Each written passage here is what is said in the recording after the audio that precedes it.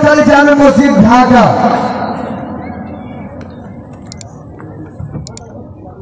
সম্মানিত উপস্থিতি, এ পর্যায়ে আপনাদের সম্মুখে পবিত্র কোরআন ও সুন্নাহর আলোকে মহামূল্যবান আলোচনা ও নসিহা পেশ করবেন সুদূর ঢাকা থেকে আগত বিশিষ্ট আলেম দ্বীন, ইসলামিক স্কলার, আন্তর্জাতিক খ্যাতি সম্পন্ন মুফাসসির কোরআন আল্লামা আব্দুল্লাহ আল আমিন সাহেব। আমি জনাবকে তার অতি মূল্যবান আলোচনা পেশ করার জন্য সবিনয় অনুরোধ জানাচ্ছি। আসসালামু আলাইকুম ওয়া রাহমাতুল্লাহি ওয়া বারাকাতুহু। আসসালামু আলাইকুম ওয়া রাহমাতুল্লাহি ওয়া বারাকাতুহু।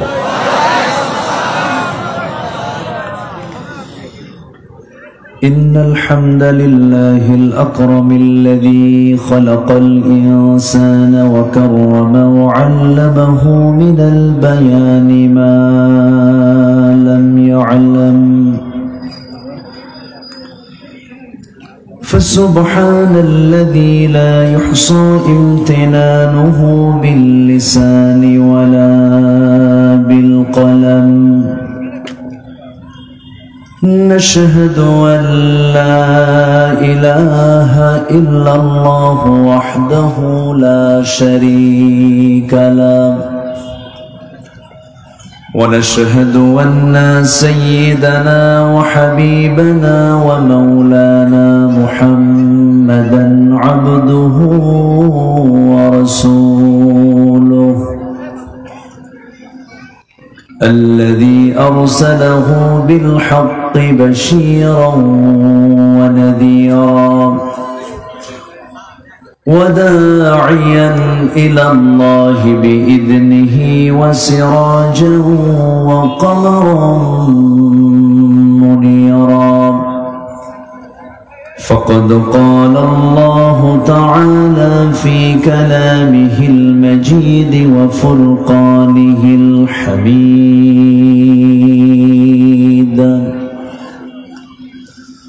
أعوذ بالله من الشيطان الرجيم. بسم الله الرحمن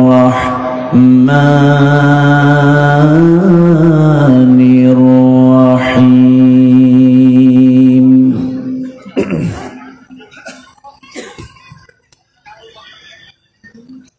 يا أيها الناس إنا خلقناكم من ذكر وأنثى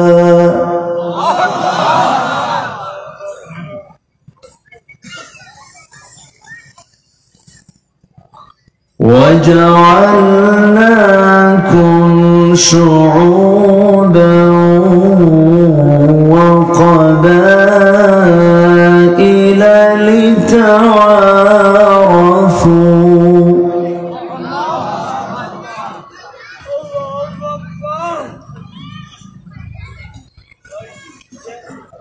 إن أكرمكم عند الله أتقاكم، إن الله عليم خبير.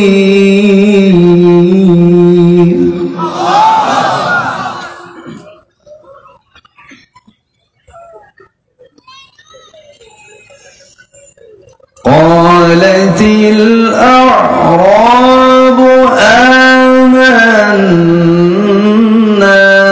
قل لم تؤمنوا ولكن قولوا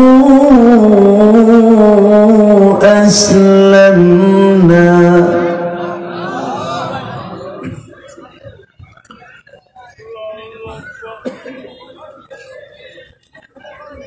وقولوا أسلمنا ولما يدخل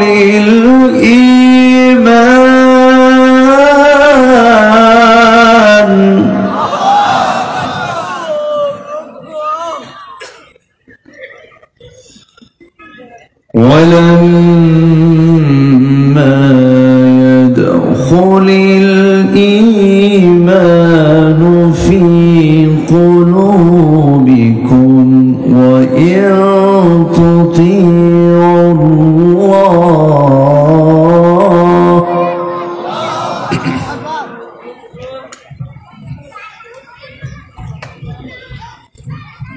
وإن تطيعوا الله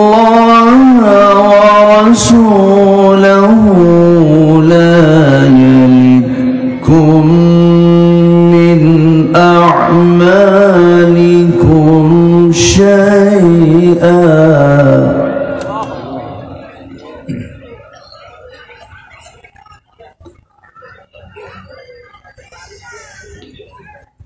إن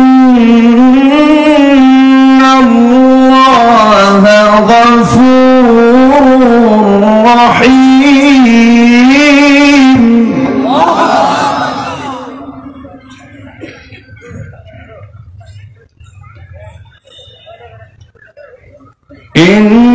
إنما المؤمنون الذين آمنوا بالله ورسوله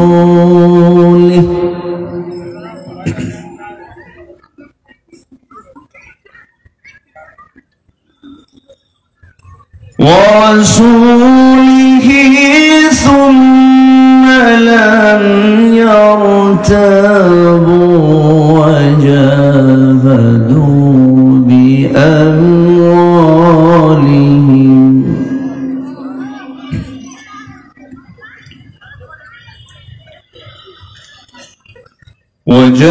وجاهدوا بأموالهم وأنفسهم في سبيل الله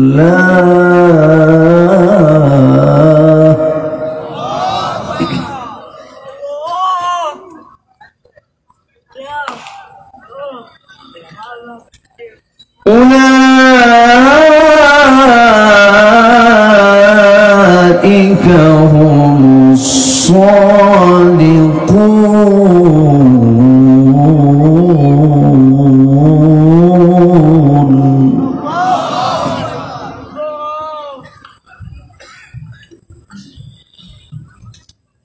قل أتعلمون الله بدينكم والله يعلم ما في السماوات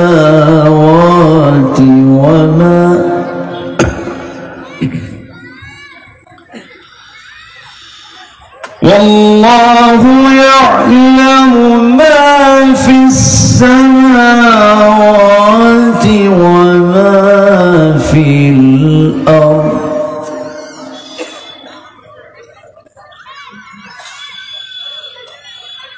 والله بكل شيء عليم.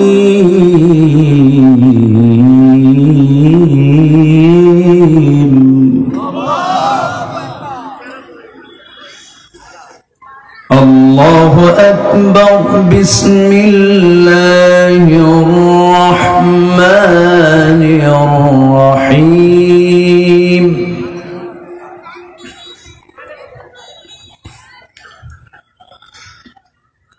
إن الله وملائكته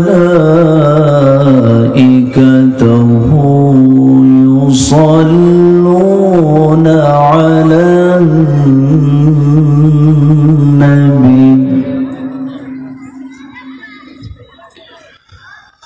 يا أيها الذين آمنوا صلوا عليه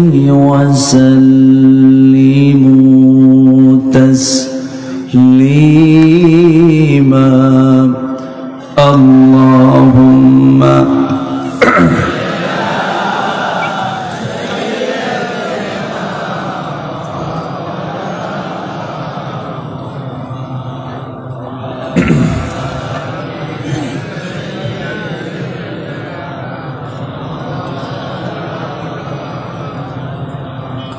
একটু মোহাব্বত দিয়ে নবীর প্রেমে মাতোয়ারা হয়ে জবান খুলে আওয়াজ দিয়ে সবাই বলুন আল্লাহুম্মা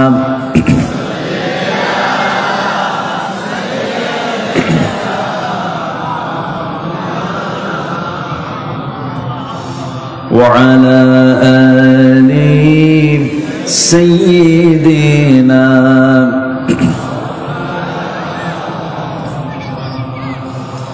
প্রাণের অধিক বেশি যার দাম রহমতাল লিল আলামিন প্রাণের অধিক বেশি যার দাম রহমতাল লিল আলামিন জানো কি তোমরা তাহার নাম রহমতাল লিল আলামিন অসহায়ের বুকে যে জন গোপনে করে সওয়ার দুরুদ পড়ে সুবহে ও শাম রহমতাল লিল আলামিন গরিবের আহার দিতেন নিজে হয়ে রোজাদার নিয়মর ভালোবাসার খাম রহমতাল লিল আলামিন তার পথে যে বিছিয়ে দিত টুকরো কাটা স্তূপ করে তাকেও দিলেন প্রেম মুজাসসাম রহমতাল লিল আলামিন জানো কি তোমরা তাহার নাম রহমতাল লিল আলামিন আল্লাহুম্মা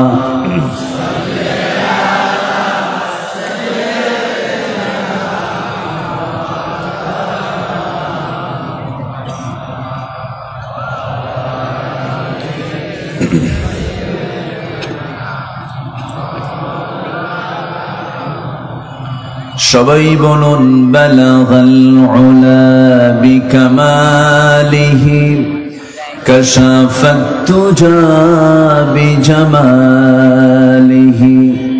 হাসনাত জামিউ খিসালিহি সাল্লু আলাইহি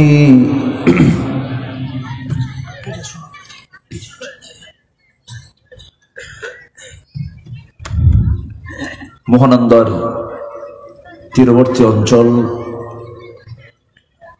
বৃহত্তর রাজশাহী অঞ্চলের নবাবগঞ্জ জেলার সদর উপজেলার মহারাজপুর মিয়াপাড়া তরুণ যুব সমাজ মাহফিল ইন্তেজামিয়া কমিটি কর্তৃক আয়োজিত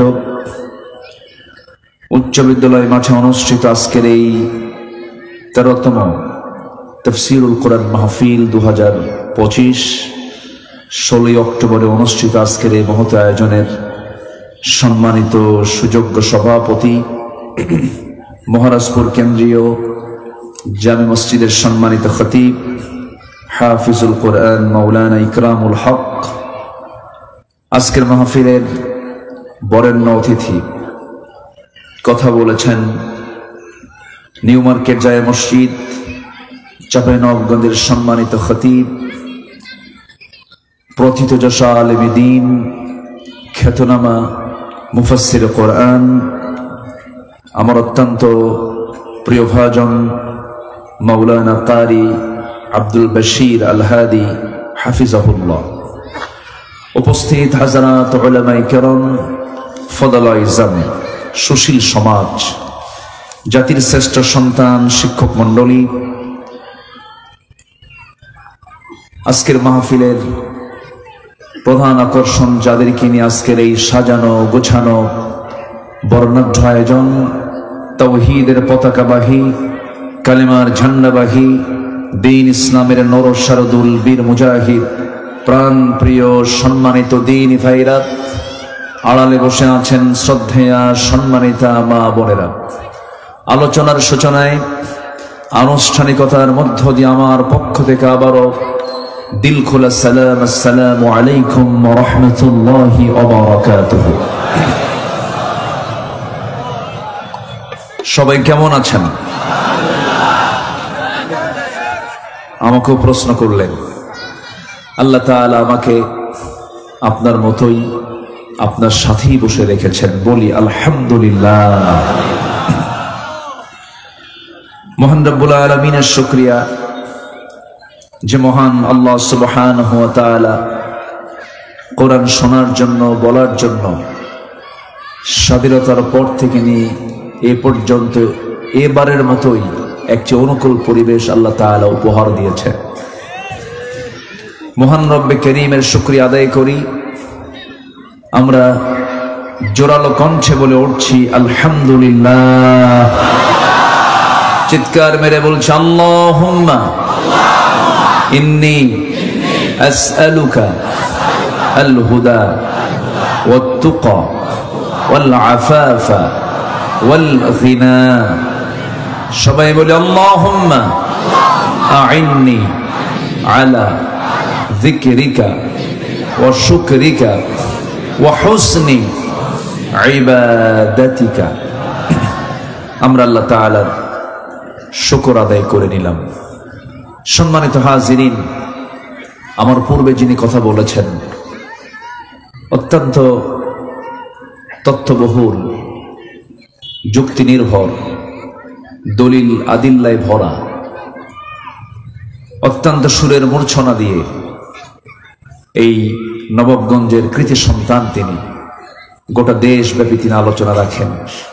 আমার প্রিয় ভাই আব্দুল বশির আল হাদি হাফিজাহুল্লাহ তিনি কথা বলেছেন। ভাবছিলাম যে তার আলোচনার পরে আর কি লাগে। অনেক সুন্দর প্রাঞ্জল ভাষায় হৃদয়গ্রাহী কথাগুলো তিনি বলছিলেন।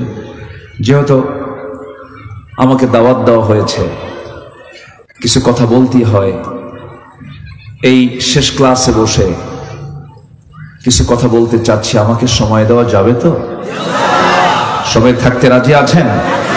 জোরে বলি ইনশাআল্লাহ।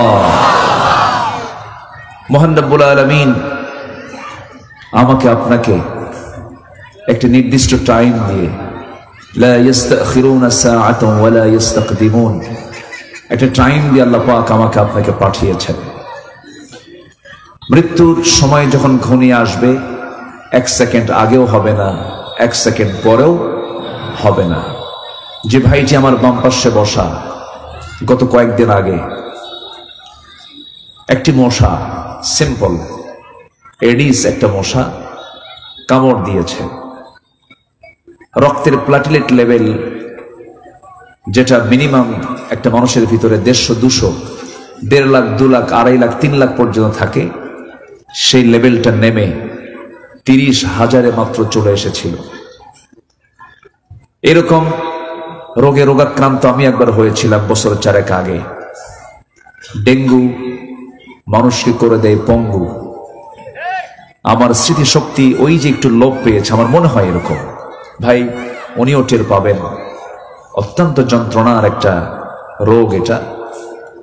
একটা মশার কামড়ে মানুষের জীবন চলে যাচ্ছে। প্রতিদিন কোথাও না কোথাও এরকম একটা মৃত্যুর ঘটনা ঘটে যাচ্ছে। কিসের কামড়ে বলুন তো? মশার কামড়। বলুন তো তাহলে কি মানুষের জীবনের কোনো গ্যারান্টি আছে? আসতে বলবেন না আছে। এই যে বসে আছেন, মশা কামড় মারলে কি টের পাওয়া যায়? ও তো অ্যানেস্থেসিয়া করে বসে। যেখানে আগে হুল ফুটাবে সেখানে আগে অ্যানেস্থেসিয়া করে, চতুর্দিকে আগে অবশ করে। সলিমুদ্দিন তুই টের পাবি, তোর 14 গোষ্ঠীও টের পাবে না। এরপরে বসায় দেয়। আল্লাহ তাআলা মশার কিন্তু একটা উদাহরণ দিয়েছেন কোরআনে কারীমের ভিতরে, একটু আসছি পরে। যেহেতু মশা শব্দটা আসলো, আল্লাহ তাআলা মশাটাকে আমরা যদিও ছোট্ট ভাবি, কিন্তু এই মশা কিন্তু ছোট্ট কোনো ইস্যু নয়, অনেক বড় একটা ইস্যু। আল্লাহ তাআলা কোরআনে কারীমের ভিতরেও মশার নামে আল্লাহ পাক আয়াত দিয়েছেন কিনা বলেন তো? দিয়েছেন কিনা? দিয়েছেন। একটু বলেই ফেলি, প্রসঙ্গ যখন চলে আসলো, এরপর আমি আলোচনায় যাচ্ছি।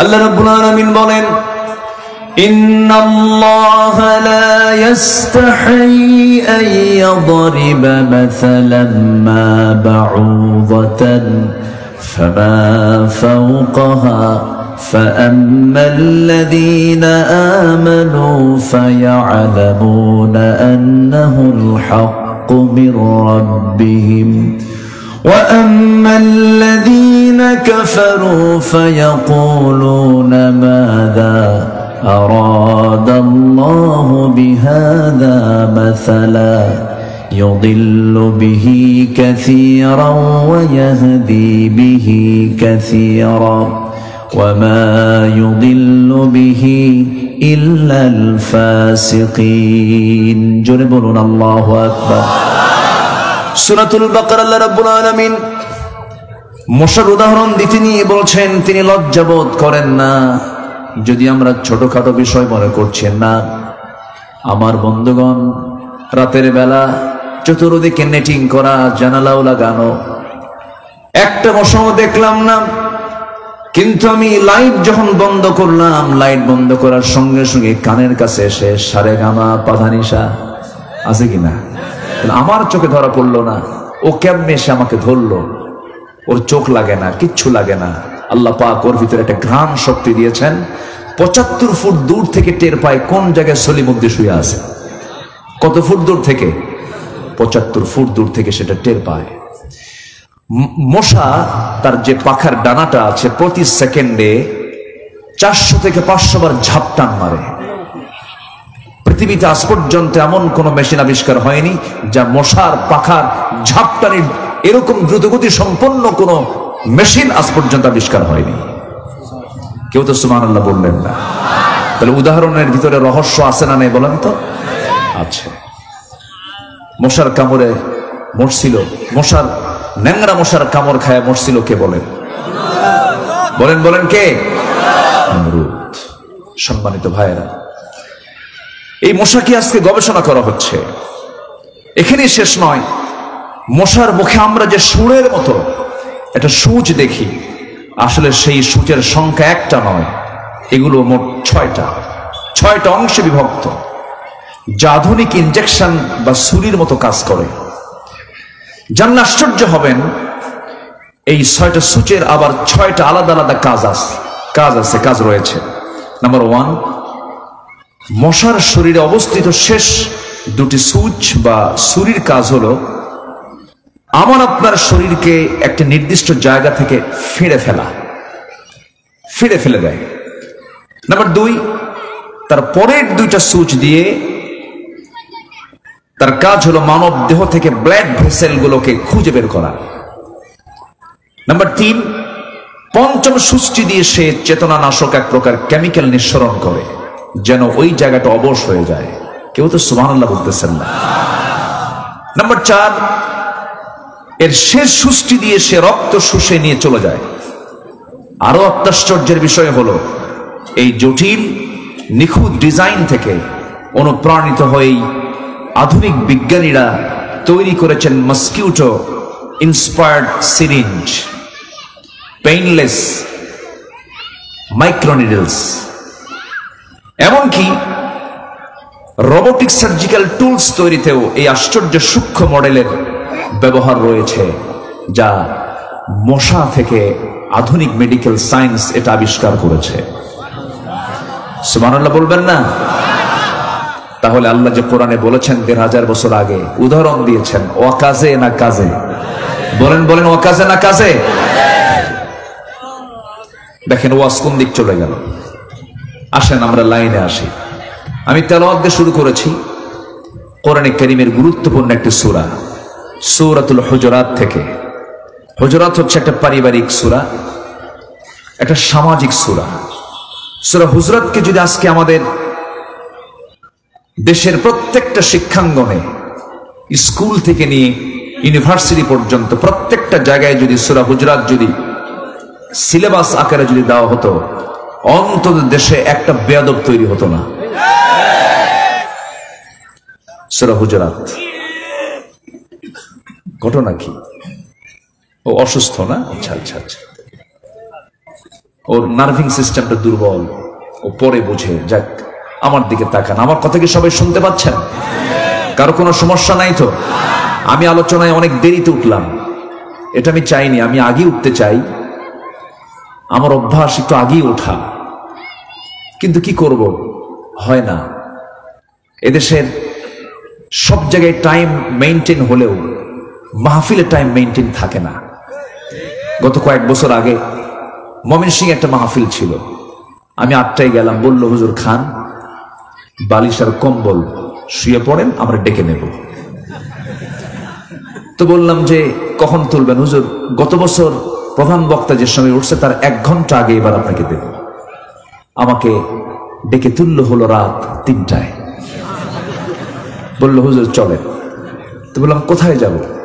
হুজুর ওয়াজের দরকার নাই, আওয়াজ হলেই হবে। কি হলে হবে? আওয়াজ।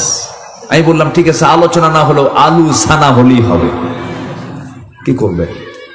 আমার বাশির ভাই এগুলো সাক্ষী, পারি না আমরা। আসসালাতু আলা ওয়াক্তিহা ইন্নাস সালাতা কানাত আলাল মুমিনিনা কিতাবান মাওকুতা। অফিস টাইম মতো, নামাজ টাইম মতো, পরীক্ষা টাইম মতো, মাহফিল টাইম থাকে না। প্রধান বক্তাকে শেষ 12টায় উঠায় দেওয়া মানে কি জানেন? পাগলির সাথে ঘর সংসার করা। কার সাথে? পাগলির সাথে। কিছু করার নাই, উপায়ও নাই, পারিও না, যা উঠায় আলোচনা করি। আমি প্রযুক্তির কল্যাণে অনলাইনে যেন কথাগুলো যায়। আল্লাহ তুমি এই দেশের প্রতিটি মাহফিল কমিটির হৃদয়ে সময়ে জ্ঞান কার্যকর করার তৌফিক দিয়ে দাও, হৃদয়ে এটা আবার লালন করার তৌফিক দিয়ে দাও। সম্মানিত হাজিরিন, এই 16 বছরে কিছু নতুন বৈচিত্র্য, কিছু চিত্র আমরা দেখেছি। আমার আব্দুল বাশির ভাইও সাক্ষী। মাহফিলে এমন কিছু আলোচক বের হয়েছে, এত হাসান হাসায় শ্রোতার পেটের চামড়া ব্যথা হয়ে যায়। আমি কি ভুল বললাম? 2 ঘন্টার দীর্ঘ বক্তৃতায় একটা আয়াতও নাই, হাদিসও নাই, মানুষও কান্দে, শ্রোতাও কান্দে, বক্তাও কান্দে। শেষে বলা হয় বুঝলেন কি? কানলাম তো ঠিকই, বুঝি নাই কিছু। এই 16 বছরে এমন আবার কিছু আলোচক পেলাম, ঠান্ডা কোনো কথা নেই, শুধু গরম আর গরম। কার পাজামা খোলা দরকার, কার মাথার হাড়ি ভাঙ্গা দরকার, এই ঘন্টার পরে ঘন্টা এগুলোই চললো। কিন্তু না, জনসভা আর মাহফিলকে কখনো এক মনে করা যাবে না। কোরআনের মাহফিলে থাকতে হবে কোরআনের দর্শ, ঠিক কিনা বলেন? কোরআনের মাহফিলে থাকতে হবে আয়াত, আয়াতের আয়াত, আয়াত তো আয়াত, আয়াত থেকে হাদিস এক্সপ্লেন থাকতে হবে। অন্তত তো 10টা আয়াত তো বলা দরকার। আমরা এটার অত্যন্ত ঘাটতি আমরা লক্ষ্য করছিলাম। আমরা এগুলোর ব্যাপারে সতর্ক থাকব, কমিটিও এবং যারা আলোচক তারাও সতর্ক থাকবো, যেন আমাদের কথার ভিতরে যেন মূল প্রাণ যেন না হেরে যায়, কোরআন এবং হাদিসের মূল পয়েন্ট যেন না বাদ পড়ে যায়। আমরা খেয়াল করব, এটাও একটু প্রয়োজন মনে করলাম, যেন এটা প্রযুক্তির কল্যাণের সব জায়গায় যেন সবার কানে কানে বিষয়গুলো চলে যায়। সম্মানিত ভাইয়েরা, সম্মানিত বন্ধুগণ, আমরা দুনিয়াতে এসেছি খুব অল্প সময় নিয়ে, আমরা যে কোনো মুহূর্তেই চলে যাব। ভাই আর আমি একই রোগী ছিলাম। যখন লেভেলটা কমে আসতেছিল তখন বারবার ভাবছিলাম মনে হয় আমি আর ফিরতে পারবো না। কি পরিমাণ চোখের পানি ফেলেছি, মনে হয় আর ফিরতে পারবো না। লেভেল যদি একবার ডাউন হয় আর তো উপায় নাই, বাঁচার কোনো উপায় নাই। আমরা মৃত্যুকে সাথে নিয়ে চলছি। প্রত্যেক দিন মালাকুল মাউত আমার আপনার কাছে 4 থেকে 5 বার আসে, তাফসীর আসছে 4 থেকে 5 বার চলে আসে, ঘুরে যায়, অর্ডার পায় না, চলে যায়, কিন্তু একদিন আসবে আর ঘুরবে না। সেদিন কোন দিন? মরার দিন। বলেন কোন দিন? বলেন কিসের দিন? বলেন কোন দিন? মরার দিন, মৃত্যুর দিন। সেদিন আর ফিরবে না, নিয়ে চলে যাবে অচিন পাখি, খাঁচার ভিতর থেকে বের করে ইল্লিন অথবা সিজ্জিনে নিয়ে চলে যাবে। আমরা কেউ রেহাই পাবো না, আমাকে কেউ আটকাতেও পারবে না। কোন ডাক্তার মালাকুল মউত নামক ডাক্তারের কাছে এসে হাজার চেষ্টা করেও তাকে ফিরাতে পারবে না। এই অপারেশন যখন হবে, নিথর দেহ জমিনে পড়ে থাকবে, রুহ রুহের জায়গায় চলে যাবে।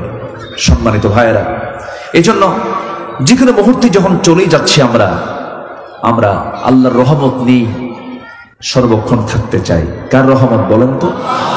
আসতে বলবেন না, কার রহমত নিয়ে? আল্লাহর রহমত। রহমত ছাড়া কি উপায় আছে বলেন তো? রহমত পেতে হলে কার রহমত লাগবে? না রহমতপুরে যাবেন? কিছু এলাকা আছে, নাম এলাকার নাম রহমতপুর, ওখানে রহমত পাওয়া যায় না। কোথাও রহমতপুরে রহমত নাই, রহমত আছে কার কাছে? আসতে বলবেন না, কার কাছে? সে রহমত লাভ করার কিছু উপায় আল্লাহ পাক কোরআনে কারীমের বিভিন্ন জায়গায় বলে দিয়েছেন। মোটামুটি গোটা কোরআনকে একটু খুঁজে খুঁজে আমি 15টা পয়েন্ট বের করেছি। এই 15টা কাজ যদি কোনো বান্দার মধ্যে উপস্থিত থাকে, আশা করা যায় সে আল্লাহর রহমতে ধন্য হবে। জোরে বলি সুবহানাল্লাহ। শুনতে রাজি আছেন না? আমি কি একটাও বলেছি এই পর্যন্ত?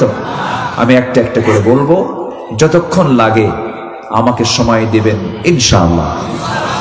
কাউকে যেন শয়তান ওয়াসওয়াসা দিয়ে এই রহমতের, এই বরকতের জায়গা থেকে ঘাট ধরে, হাত ধরে বের করে না নিয়ে যায়, আমি এই তৌফিক কামনা করছি আল্লাহর দরবারে। আসুন, 1 নাম্বার পয়েন্ট হলো আল্লাহর রহমত সেই পাবে যে তাকওয়া অবলম্বন করবে, কাউকে ভয় পাবে না। যেখান থেকে আমি তেলাওয়াত দিয়ে শুরু করেছি, আল্লাহ রাব্বুল আলামিন সূরাতুল হুজুরাতের 13 নম্বর আয়াতে বলছেন, ইন ইয়া আইয়ুহান নাসু ইন্না খালাকনাকুম মিন যাকারিন ওয়া উনসা وجعلناكم شعوبا وقبائل لتعارفوا إن أكرمكم عند الله أتقاكم إن الله عليم خبير جربنا الله أكبر হে মানব মণ্ডলী, আমি তোমাদেরকে সৃষ্টি করেছি এক নর এবং নারী থেকে। নরের নাম কি বলুন? আদম। নারীর নাম কি বলেন? হাওয়া। আল্লাহ পাক এখানে দুজনের নামকে হাইড করেছেন। যাকার মানে আদম, উনসা মানে হলো মা হাওয়া। এক নর এবং নারী থেকে তোমাদেরকে সৃষ্টি করেছি এবং তোমাদেরকে বিভিন্ন গোত্রে গোত্রে ভাগ করে দিয়েছি, শাখা প্রশাখা করেছে, জাতি ভিন্ন করে দিয়েছি। চায়না জাতি, জাপানি জাতি, কোরিয়ান জাতি, আমেরিকান জাতি, ইউরোপিয়ান জাতি, ফরাসি জাতি, বিভিন্ন ভাষাকে সব ভিন্ন করে দিয়েছি। কেন করেছি? লিতাআরাফু, যেন তোমরা একে অপরকে চিনতে পারো। তোমাদের পরিচয়গুলো জোরে বলি সুবহানাল্লাহ। সব এক হলে কি মানুষ মানুষকে চিনত না? জি, শুকরিয়া। চিন্ত না, যে বিশ্রাম নেবেন। যে সম্মানিত ভাইরা, তাহলে এই যে নবাবগঞ্জ জেলা, গোমস্তাপুরের ভাষার সাথে কি সদরের ভাষার মিল আছে? আস্তে করে মিল আছে? কম বেশি আছে না নাই? একটু হলেও টানের কম বেশি আছে। আবার ওইদিকে লালপুর, নাটোর, ওটাও তো রাজশাহী, বৃহত্তর রাজশাহী, ভাষার কি মিল আছে? না। কেন নাই? লিতাআরাফু, যেন তোমরা একে অপরকে চিনতে পারো। এটা লালপুর, ওটা গোমস্তাপুর, ঠিক আছে? ওটা রহনপুর, আর কি ওটা গোদাগাড়ি, ওটা চারঘাট, ওটা বাঘা, ওটা বাগমারা। যেন চিনতে পারে ওটা নওগাঁ। ভাষাই বলে দেয় এটা কোন এলাকার কোন ব্লকের মানুষ। সুবহানাল্লাহ বলবেন না? এটা কে করে দিয়েছেন? আসতে বলবেন না, কে করে দিয়েছেন? আল্লাহ করে দিয়েছেন।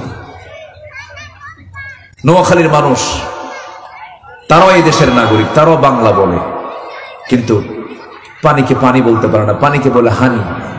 আল্লাহ পাক হয় না, কয় আল্লাহ ফাক। বুঝলেন তো? এটা হচ্ছে ভাষা। আল্লাহ পাক এগুলো আল্লাহ নিজে করে দিয়েছেন যেন তোমরা একে অপরকে চিনতে পারো। আল্লাহ রাব্বুল আলামিন এই প্রসঙ্গ তুলেই এবার বলছেন, শোনো, বংশগত কৌলিন্য দিয়ে আমার কাছে কোনো মর্যাদা পাবে না, বাবার পরিচয় দিয়ে নাজাত পাবে না, সন্তানের পরিচয় দিয়ে বাবা নাজাত পাবে না, বংশ দিয়ে নাজাত পাবে না। বাবার পরিচয় দিয়ে যদি জান্নাত পাওয়া যেত, নূহ আলাইহিস সালামের ছেলে কেনান জান্নাত পেয়ে যেত। ছেলের পরিচয় দিয়ে যদি জান্নাত মিলত, আজরের ছেলে হলো ইব্রাহিম আলাইহিস সালাম, আজর জান্নাত পেয়ে যেত। বংশের পরিচয় দিয়ে যদি জান্নাত পাওয়া যেত, আবু লাহাব জান্নাত পেয়ে যেত, আবু তালেব জান্নাত পেয়ে যেত। প্রমাণ হয়ে গেল বংশগত পিতার পরিচয়, মায়ের পরিচয়, বংশের পরিচয় দিয়া জান্নাত মিলবে না। জান্নাত মিলবে কি দিয়া? ইন্না আকরামাকুম ইনদাল্লাহি আতকাকুম, তোমাদের ভিতরে আমার কাছে সম্মানিত ব্যক্তি সেই, তোমাদের মধ্যে আমার কাছে সম্মানিত ব্যক্তি সেই, দামি ব্যক্তি সেই, যে আমি আল্লাহ আমাকে সবচাইতে বেশি সম্মান করে, ভয় করে। জোরে বলি সুবহানাল্লাহ। অর্থাৎ তাকওয়া অবলম্বন করবে যে তার দামটা হচ্ছে আল্লাহর কাছে সবচাইতে বেশি। আমরা কাকে ভয় করব বলেন তো? আসতে বলবেন না, কাকে ভয় করব? আল্লাহকে ভয় করব, আল্লাহকে মেনে চলবো, আল্লাহর হুকুমকে সঙ্গে সঙ্গে ফলো করে ফেলবো জীবনের এক জায়গায় না সব জায়গায়, সব জায়গায়। সম্মানিত ভাইয়েরা, সম্মানিত বন্ধুগণ, তাকওয়ার গুণগুলো কি আল্লাহ পাক কোরআন খোলার সঙ্গে সঙ্গে বলে দিয়েছেন। যারা পারেন ছোট মিলে আমার সঙ্গে বলুন, হুদাল লিল মুত্তাকিন আল্লাযীনা ইউমিনুনা বিল গায়বি ওয়া ইউকিমুনাস সালাতা ওয়া মিম্মা রাযাকনাহুম ইউনফিকুন والذين يؤمنون بما أنزل إليك وما أنزل من قبلك وبالآخرة هم يوقنون أولئك على هدى من ربهم وأولئك هم المفلحون جنبنا الله أكبر মুত্তাকি কারা? আল্লাযীনা, যারা অদৃশ্যকে বিশ্বাস করেছে। নাম্বার 2 হলো নামাজ কায়েম যারা করেছে। আমি যে রিজিক দিয়েছি তা থেকে আল্লাহর পথে যারা ব্যয় করেছে। নাম্বার 4 হলো আসমানি কিতাবকে যারা বিশ্বাস করে নিয়েছে। নাম্বার 5 হলো আখিরাতকে যারা বিশ্বাস করেছে। এই 5টা গুণ জীবনদের মধ্যে পরিপূর্ণ কমপ্লিট থেকে যাবে, সে হলো সফল কাম। আখিরাতে সে ব্যক্তি কামিয়াব হয়ে যাবে, আল্লাহর রহমতে সে ধন্য হয়ে যাবে। আমার বন্ধুগণ, তাকওয়া এমন একটা গুণের নাম, তাকওয়ার গুণ যে বান্দার মধ্যে অর্জিত হয়ে যাবে।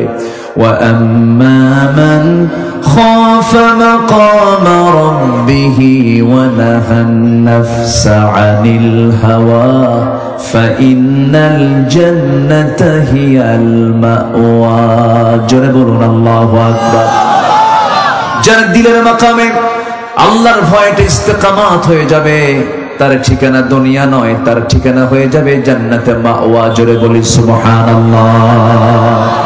আমার ভাইরা, তাকওয়া কাকে বলে?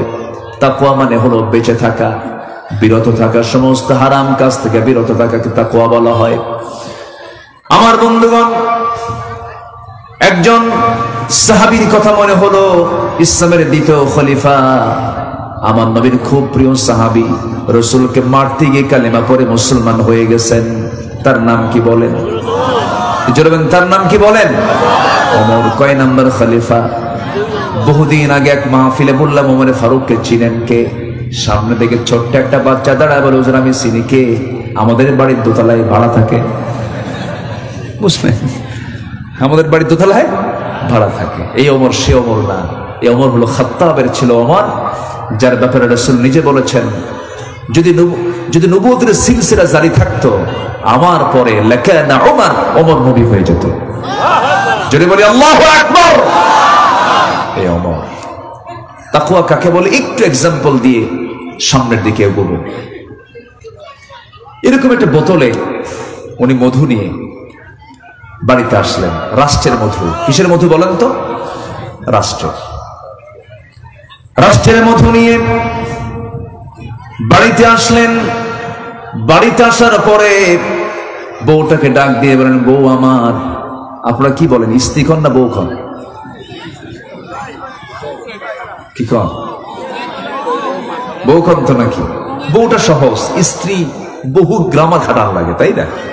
আচ্ছা, সাইয়েদনা ওমর ফারুক রাদিয়াল্লাহু আনহু তার স্ত্রীকে ডাক দিয়ে বলছেন, আমার স্ত্রী এদিকে আসো, এই যে মধুর বোতল রাষ্ট্রের পক্ষ থেকে পেয়েছি, সমান 5টা ভাগ করতে হবে। আমাদের একটা ভাগ, আর বাকি 4 প্রতিবেশীর ঘরে 4 ভাগ দিয়ে আসবা। মধুটা হস্তান্তর করলেন। কিছুক্ষণ পর হঠাৎ করে বলছেন, আমার স্ত্রী মনক্ষুণ্ণ হবে না, বোতলটা আমার হাতে দিয়ে আমি তোমাকে ভাগ করতে দেব না। বলুন তো, কোন স্বামী যদি তার স্ত্রীর সঙ্গে এমন আচরণ করে, কায়দা না বেকায়দা? সুবিধা না সুবিধা বলে? মুখ ভালো না মুখ কালো? মুখ কালো হয়ে যাবে। সাইয়েদনা ওমর ফারুক রাদিয়াল্লাহু তাআলা আনহু মধুটা হাতের মধ্যে নিলেন, স্ত্রীর মুখটা কালো হয়ে গেল। মধুগুলো নিয়ে প্রতিবেশীর ঘরে চলে গিয়ে বলছেন, প্রতিবেশী শোনো, এই যে মধুর বোতল দিলাম, সমান 5 ভাগে ভাগ করে একটা ভাগ আমারে দিয়ে দাও।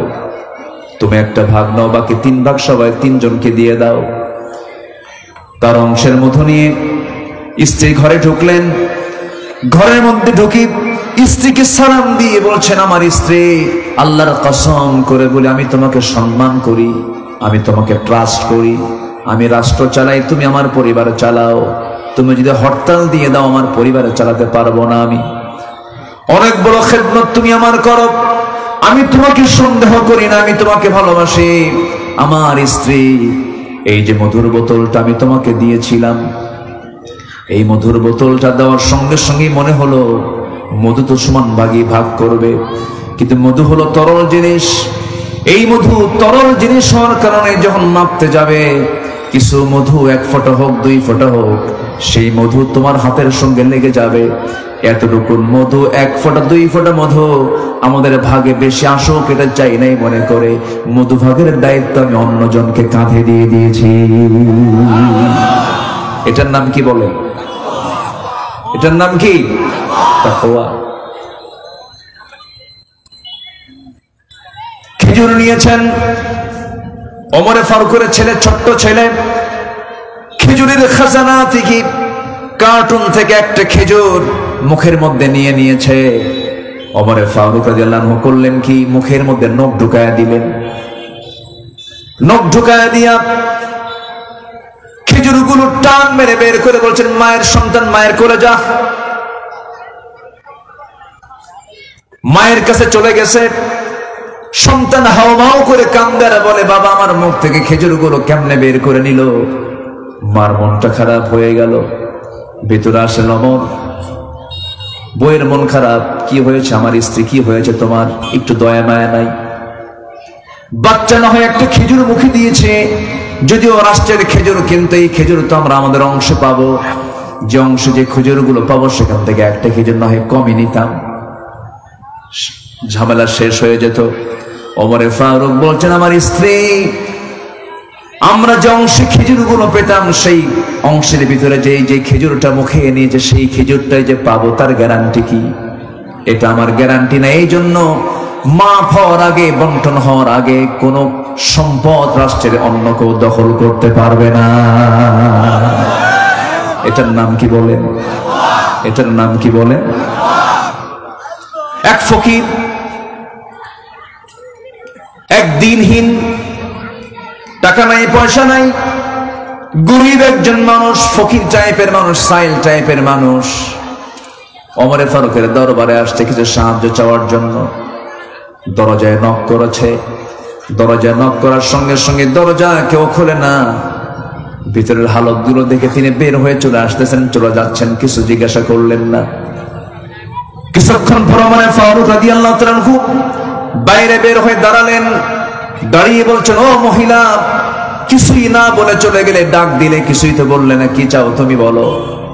সেই ফকিরটা বলতেছে, আমিরুল মুমিনিন, সাহায্যের জন্য আসছিলাম আপনার কাছে, এসে দেখি আমি যত ফকির তার চাইতে আপনি বড় ফকির।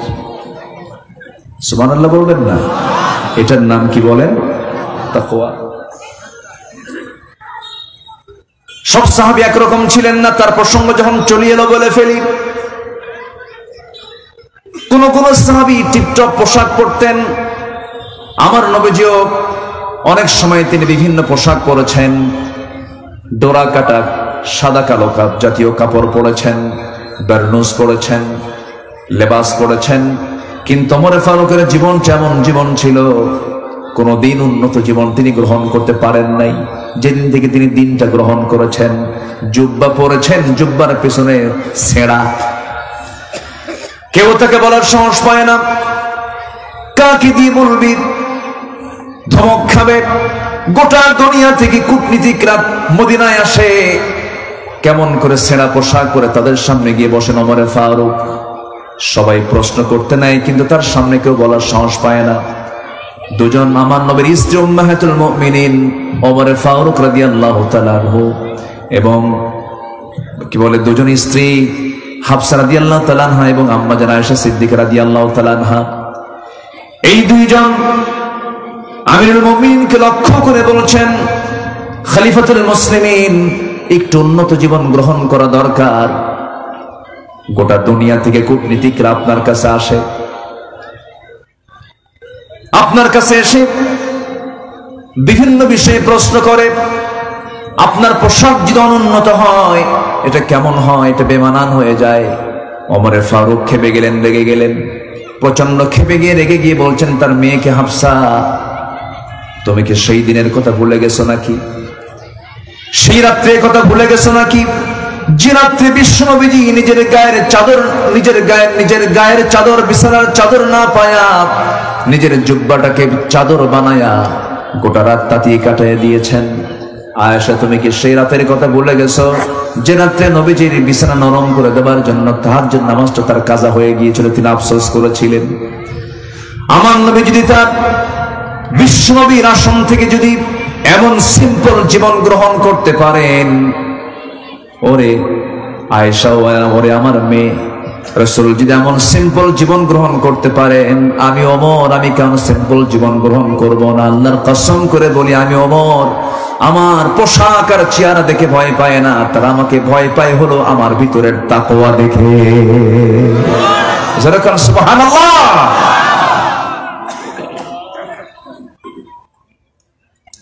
জনগণকে দেখতে বের হয়েছেন না তেরা ধারে, গভীর নিশি, চতুর্দিকে শুনশান নীরবতা, কেউ জেগে নাই। ওমর ফারুক রাদিয়াল্লাহু তাআলা আনহু রাতের বেলা তিনি একাকী দুজনকে সঙ্গে করে নিয়ে মোট তিনজন রওনা দিয়েছেন। প্রত্যন্ত অঞ্চলে চলে গেছেন। একজন বুড়িমা ছোট্ট একটা ঘরের মধ্যে থাকে, দরজায় নক করলেন, দরজা খুলে গেল। প্রশ্ন করলেন, মা কেমন আছেন? ভালো, তবে খুব ভালো না। আলহামদুলিল্লাহ ভালো আছে, তবে খুব ভালো না। কেন? এই পর্যন্ত শুনেছ ওমর ফারুক নাকি আমিরুল মুমিনিন খলিফাতুল মুসলিমিন, আজ পর্যন্ত আমার কোনো খোঁজ খবরের জন্য একটা লোক একদিন পাঠালো না, আমার কি অবস্থা কোনো হালত জানলো না। কার সামনে কয়? তিনি সামনে জড়সড় হয়ে বলছেন, মা এত দূর কি আসা যায় নাকি? খুব দূরের পথ, কেমনে আসা যায়?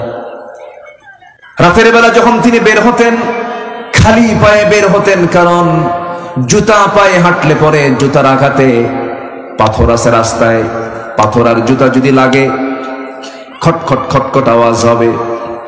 গভীর রাত্রে নাগরিকের ঘুমের ব্যাঘাত হয়ে যাবে, কিয়ামতের দিন তার জবাবদিহি করতে হবে। এজন্য কষ্ট করে হলো ওমরে ফারুক রাতের বেলা খালি পায়ে ঘুরে বেড়াতেন। এটার নাম কি বলেন? তাকওয়া। ওই মহিলা বলছেন, একটা দিন আমাকে দেখতে আসলো না, আমার খোঁজ খবর নিল না। সঙ্গে সঙ্গে ওমরে ফারুক বলছেন, ও বুড়িমা, এত দূর কি পথ পাড়ি দিয়ে এখানে আসা যায়? খুব কঠিন ব্যাপার। এবার বুড়িমা জবাব দিচ্ছে, তাহলে এত বড় দায়িত্ব নেওয়ার কি দরকার ছিল ওমরের? কি কথা কি বুঝতেছেন আপনারা? ওমরে ফারুক কান্নাকাটি শুরু করে দিয়েছেন। আরে বুড়ি তো আমাকে ধরে ফেলছে, আমাকে বুড়ি অ্যাটাক করে ফেলেছে, আক্রমণ করে ফেলেছে, আমি কিভাবে এটাকে ফেস করব? এবার নিজের পরিচয় গোপন করে বলছে, বুড়িমা, ওমর তো দারুণ ভুল করে ফেলেছে, এখন এটার সমাধান কি? কিছু টাকা পয়সা দিয়ে দিই। কি দেই? কিছু টাকা পয়সা, কিছু দিনার দিয়ে দেই। মহিলা বলছে, কত দিবা? 25 দিনার দিয়ে দিই। হ্যাঁ, 25 দিনার। হঠাৎ করে ওমর ফারুক ডাক দিচ্ছেন, আলী দিকে আসো। সাইয়েদনা আলী ওপার প্রান্ত থেকে বলছেন, আমিরুল মুমিনিন ওমর ফারুক আসতেছি। এই কথা যখন ওই মহিলার কানে চলে গেছে, জিব্বায় কামড় মেরে ভাবতেছে, আরে সামনে এটাই তো ওমর, আমি কি করলাম? এটা জড়সড় হয়ে গেছেন। ওমর ফারুককে লক্ষ্য করে বলছেন, আমি মাফ চাই, আমি ভুল করেছি, আমারে মাফ করে দেন। তিনি বলছেন, না রে মা, আপনার ভুল নয়, এটা আমার সম্পূর্ণ আমার নিজের ভুল। আমি কেন আপনাকে দেখতে আসি নাই? সঙ্গে সঙ্গে ওমর ফারুক রাদিয়াল্লাহু তাআলা আনহু নিজের জামা ছিঁড়লেন, নিজের জামা ছিঁড়ে ফেলে সেই জামাটা দিয়া বুড়ির সামনে ধরে বলছেন, এই যে কলম, আপনি লিখে দেন। 25 দিনারের বিনিময়ে সমস্ত অভিযোগ রহিত করা হলো, আমি উড্র করে উঠায় নিলাম। আমি আপনার প্রতি কোনো অভিযোগ রাখলাম না, আমি আপনাকে ক্ষমা করে দিয়েছি, এটা আপনি আমাকে লিখে দেন। যখন লিখে দেওয়া হলো, সেই লিখিত অংশটুকু ভাঁজ করে নিয়ে সোজা বাড়িতে চলে গেলেন। পরিবারকে জানান দিলেন, শোনো, আমি ওমর যেদিন মরে যাব সেই দিন তোমরা আমার কাফনের সাথে তোমরা এই চিঠিটা সংযোগ করে দিবা। কিয়ামতের দিন আল্লাহকে বলবো, আমার জনগণ আমার বিরুদ্ধে কোনো অভিযোগ দেয় না, আমার বিরুদ্ধে সাক্ষ্য দিয়েছে, আমার কোনো দোষ নাই, এই যে তার চিঠি। এটার নাম কি বলেন? জোরে এটার নাম কি বলেন? তাকওয়া। আমার বন্ধুগণ, এই দুনিয়াতে আল্লাহর রহমত পাওয়ার জন্য 5টা কাজ আছে, 5টা উপায় আছে। এর মধ্যে 1 নাম্বার কেবল বলা শুরু করেছি, তাকওয়া। আল্লাহ রাব্বুল আলামিন বান্দাকে তাকওয়ার ব্যাপারে বহু জায়গায় বলেছেন। আল্লাহ রাব্বুল আলামিন এক জায়গায় বলছেন, ইত্তাকুল্লাহা হাক্কা তুকাতিহি ওয়া লা তামুতুন্না ইল্লা ওয়া আনতুম মুসলিমুন। জোরে বলুন আল্লাহু আকবার। আল্লাহকে ভয় করার মতো ভয় করো, যেমন করে ভয় করা উচিত তেমন করে ভয় করো। আমার বন্ধুগণ, সাহাবে কেরামদের ভিতরে ভয় সৃষ্টি হলো, মনে আল্লাহ বুঝে আমাদের ভয়কে কবুল করেন নাই। ইত্তাকুল্লাহা মাস্তাতা'তুম, সামর্থ্য অনুযায়ী ভয় করো। সাহাবীদের ভিতরে দিলে কিছু পানি চলে আসলো। আমার বন্ধুগণ, কোন বান্দার মধ্যে যদি শুধু জবাবদিহিতার ভয় থাকে, যে আল্লাহর সামনে জবাবদিহি করা লাগবে, জবাব দিতে হবে, আল্লাহর কসম, ওই বান্দার দ্বারা কখনো একটা হারাম কাজ সংঘটিত হতে পারে না। আমার ভাইরা, এরকম যদি একটা ওমরের মতো একটা শাসক যদি আমার দেশে থাকতো, দেশটা কোথায় যেত বলেন তো? দেশটা যেত কোথায়? কত উন্নত হতো। কিন্তু এই পর্যন্ত 54 বছরে আমরা যা পেয়েছি, আমরা যে নেতৃত্ব আমরা দেখেছি, অত্যন্ত দুঃখজনক। শুধু প্রতারিত হয়েছি আমরা। দেশের বৈদেশিক যে সাহায্য এসেছে তার 75% চলে গেছে নেতাদের পকেটে। সব চলে গেছে নেতাদের পকেটে। সম্মানিত ভাইয়েরা, সম্মানিত বন্ধুগণ, এই দেশকে পিছিয়ে দেয় নাই কোন শ্রমিক, দেশকে পিছিয়ে দেয় নাই কোন প্রবাসী, দেশকে পিছিয়ে দেয়নি কোন কৃষক। যদিও তারা অশিক্ষিত, তারা দেশকে আগায় দিয়েছে। প্রবাস রেমিটেন্স পাঠিয়েছে প্রবাসীরা, কৃষকরা কৃষিকাজ করে দেশকে আগায় দিয়েছে, শ্রমিকরা সীমিত মূল্যে সীমিত মানে পারিশ্রমিকে শ্রম দিয়ে দেশকে আগায় দিয়েছে। দেশকে পিছায় দিল কারা? যারা কলমের খোঁচা দিয়ে শিক্ষিত নামের কলঙ্ক, নেতৃত্বের চেয়ারে বসে টাকাগুলো দেশ থেকে পাচার করেছে যারা, তারাই দেশকে পিছিয়ে দিয়েছে। সব দেখা শেষ। আইয়ুবের শাসন দেখেছি, মুজিবের ভাষণ শুনেছি, জিয়ার খাল কাটা দেখেছি, সাসার সাদের তাল বেতাল দেখেছি, আর দেখেছি শুধু হরতাল আর হরতাল। সব দেখা শেষ। আগামীতে দেখতে চাই আমরা কোরআনের বাংলাদেশ। রাজি আছেন কারা কারা? হাত উঁচু করে দেখা।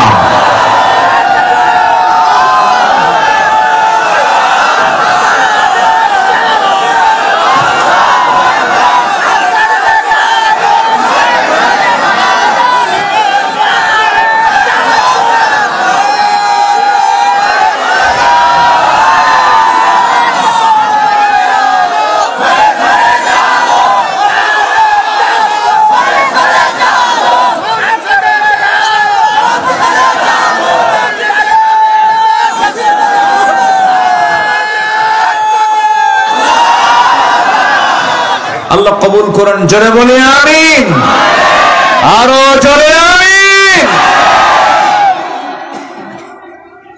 সাইয়েদনা ওমর ফারুক রাদিয়াল্লাহু তাআলা আনহু ঘোড়া কিনতে গেছেন। কি কিনতে গেছেন? ঘোড়া। টাকা দিয়েছেন, ঘোড়া কিনছেন, ঘোড়ায় চড়েছেন। বাড়িতে যাওয়ার আগে 4 পা অকেজো হয়ে ঘোড়া অচল হয়ে গেছে। ওমর ফারুকের মেজাজ কি নরম না গরম? এই লোকগুলো যায় কেন? সমস্যা কি?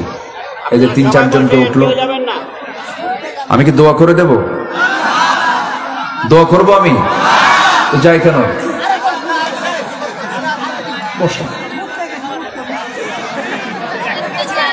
নাম্বার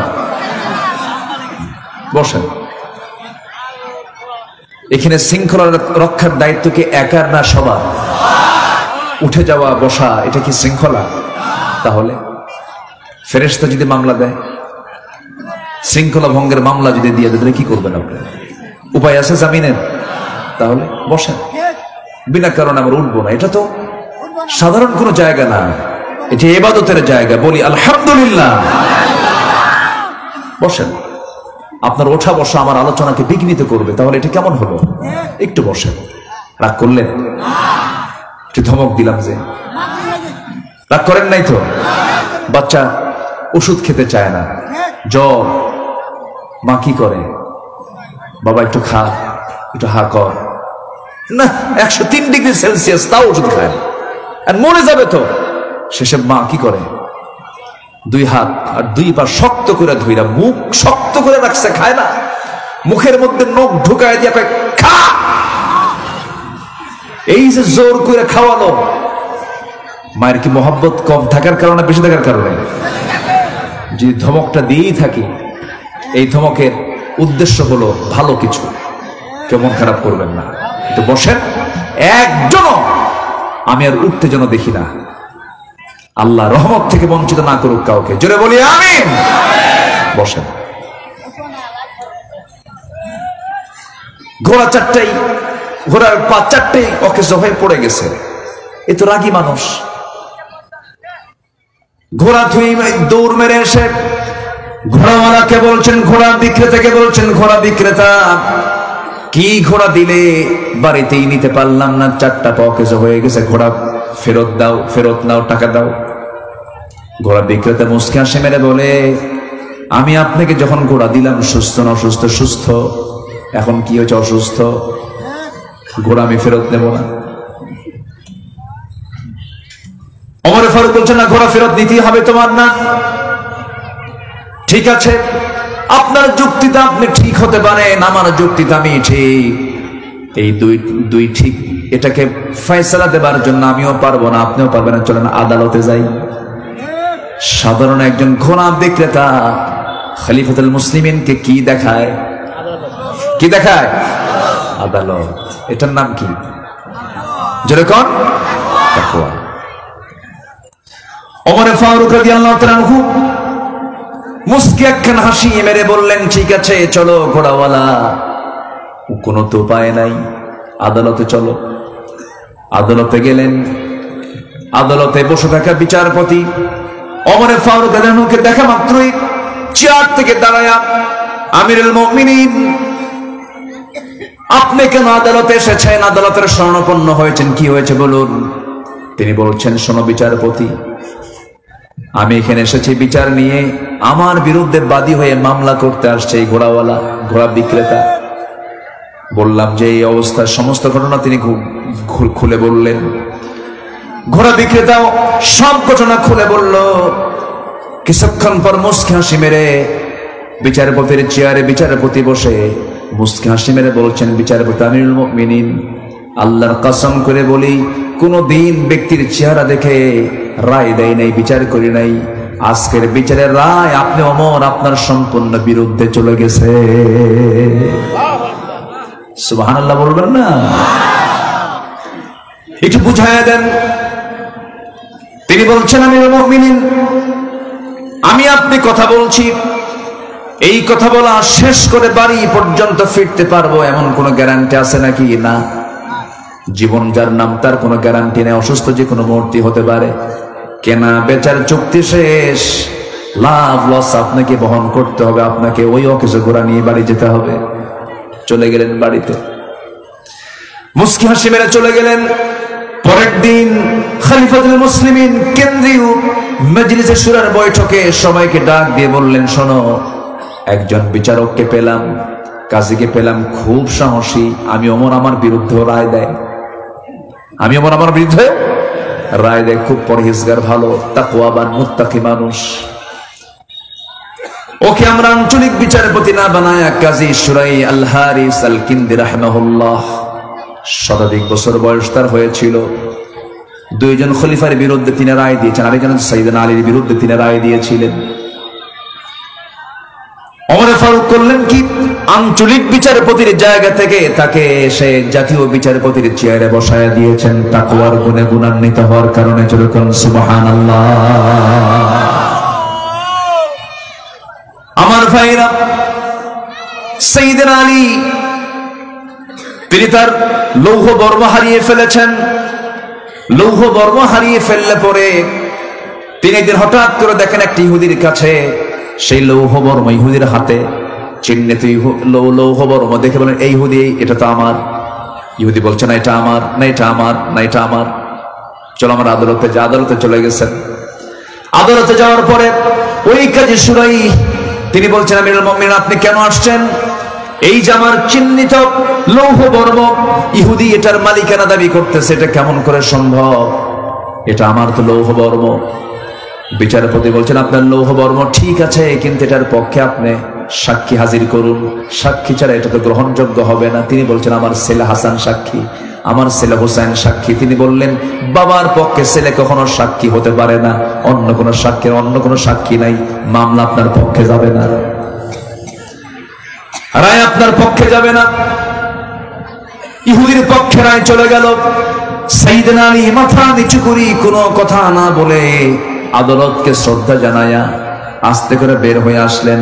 কিন্তু ওই দিকে ইহুদির চোখের কোনা বেয়ে বেয়ে টপ টপ করে পানি পড়ছে আর বলছে, আহারে এটাই তো ইসলাম, এটাই তো ইসলাম, আর দেরি করব না। আশহাদু আল্লা ইলাহা ইল্লাল্লাহু ওয়াহদাহু লা শারীকা লাহু ওয়া আশহাদু আন্না মুহাম্মাদান আবদুহু ওয়া রাসূলুহু। হেদায়েতের মালিক কে? আসতে বলবেন না, কে? হেদায়েত আসে কার পক্ষ থেকে? আল্লাহর পক্ষ থেকে। আমরা কার কাছে চাবো বলেন? হেদায়েত। ইহদিনাস সিরাতাল মুস্তাকিম। রহমত লাভের জন্য 15টা উপায় এক নাম্বার সংক্ষিপ্ত করে বলে ফেললাম। নাম্বার 2, বলেন তো ওয়াজ কি শেষ? বলেন নুরু, ওয়াজ কি শেষ না শুরু? শুরু। এত সুন্দর মানুষ আপনারা। আল্লাহ তুমি নবাবগঞ্জ, শিবগঞ্জ এই অঞ্চলের মতো গোটা দেশকে বানিয়ে দাও। জোরে বলি আল্লাহুম্মা আমিন। আপনারা একটা মডেল, গোটা দেশবাসীর জন্য আপনারা একটা মডেল। এখানে একটা গণভিত্তি আছে ইসলামী আন্দোলনের। নুরুল ইসলাম বুলবুল চেনেন তো নাকি? মানুষ ছোট, ঝাল বেশি। এত বড় বড় মরিচ, 3 কেজিতেও যে ঝাল, আর যে মরিচটা উল্টা, কিছু আছে না উল্টা মরিচ, একটাতেই ব্রেন পর্যন্ত বোঝে যে খাইছি একটা জিনিস। আমার বুলবুল ভাই অত্যন্ত বিচক্ষণ একজন মানুষ। আল্লাহ তুমি তার সকল কার্যক্রমকে তুমি আল্লাহ কবুল করে নাও। জোরে বলি আল্লাহুম্মা আমিন। যেটা অরিজিনকে অরিজিন বলবো আমরা, যেটা ভেজাল সেটাকে ভেজাল বলবো আমরা। আমরা ভালোকে ভালো বলতে শিখি, খারাপকে খারাপ বলতে শিখি, তাহলে আমরা আল্লাহওয়ালা হয়ে যাব। সম্মানিত ভাইয়েরা, রাগ করলেন নাকি? আবার নাম বললেন কেন? এটা নিয়ে আবার কোনো কথা হবে না তো? কথা হলেও কোনো যায় আসে না।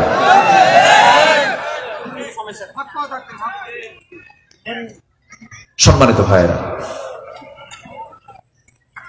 ওই যে একটা কথা আছে না, মানে আমার দেশে তো তেল মারা লোক কম না বেশি? বেশি, খালি তেল মারে। ইমাম সাহেব মসজিদে নামাজ পড়ে, ইমাম মসজিদে নামাজ পড়ে, মুসল্লি পিছনে নামাজ পড়ে। নতুন ইমাম একজন ঢুকেছে, উনি মাঝে মাঝে একটা আয়াত পড়ে। শায়াতটা হলো قد أفلح من تزكى وذكر اسم ربه فصلى بل تؤثرون الحياة الدنيا والآخرة خير وأبقى إن هذا لفي الصحف الأولى صحف إبراهيم وموسى। তো মসজিদের সহজিয়ার সেক্রেটারির নাম হলো ইব্রাহিম আর মুসা। তো সভাপতি এবং সেক্রেটারি খুবই খুশি, যাক আমরা এবার ভালো ইমাম পাইছি, নামাজের মধ্যে নাম ধরে দোয়া করে। কিন্তু ইমাম যে বাড়িতে খায় সেই বাড়িওয়ালার নাম হলো টুকু মিয়া। টুকু নামে কেউ থাকলে সরি, নাম কি? টুকু মিয়া। নামাজে তার নামে দোয়া হয় না, কিন্তু খেতে যান ইমাম সাহেব তার বাড়িতে। টুকু মিয়ার মুখে কোনো হাসি নাই। ইমাম সাহেব বলে, খাই আপনার ঘরে, হাসি পাই না মনে, মুখে কোনো হাসির চিত্র দেখি না, ভালো কি লাগে?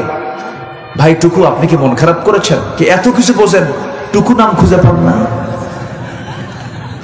ইমাম কয়, বুঝিনি এখনো। আপনি নামাজের মধ্যে ইব্রাহিম মুসা করেন, টুকু নাই, টুকু নাই।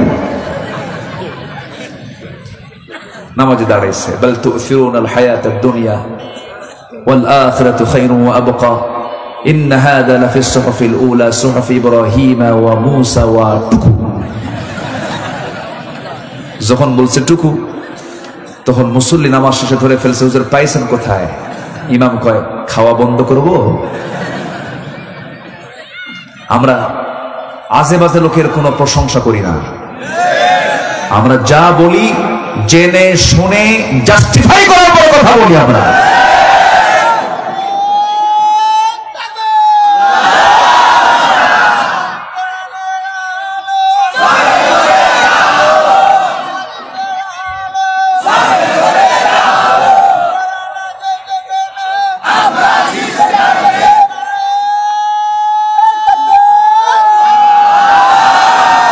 আল্লাহ কবুল করেন, জোরে বলে আমিন। আমরা ধৈর্যশীল হব। নাম্বার 2, ধৈর্য ধারণ করব আমরা।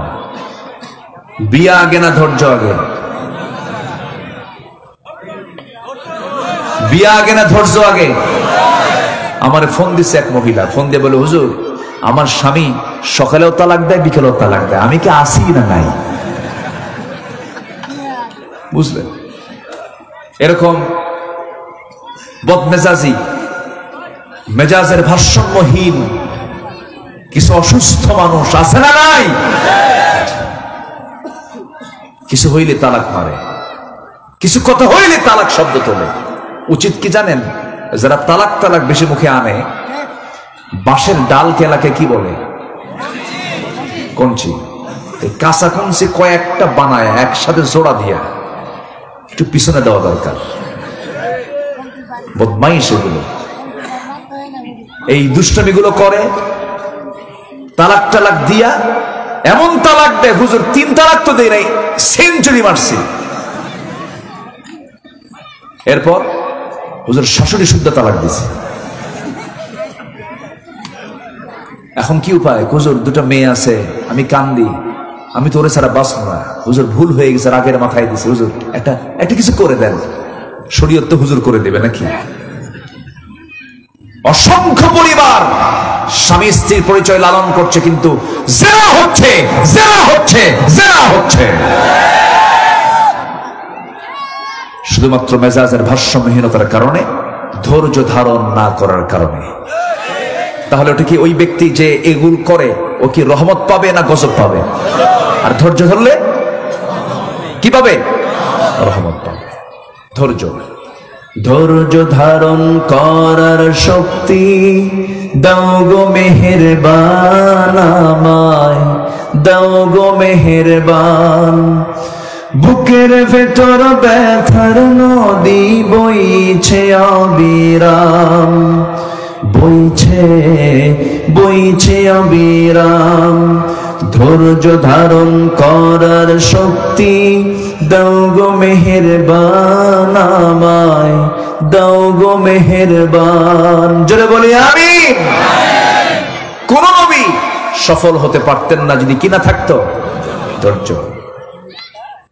ধৈর্য, সবর, এটা এমন একটা গুণের নাম যে গুণ থাকলে পরে গোটা পৃথিবী জয় করা যায়।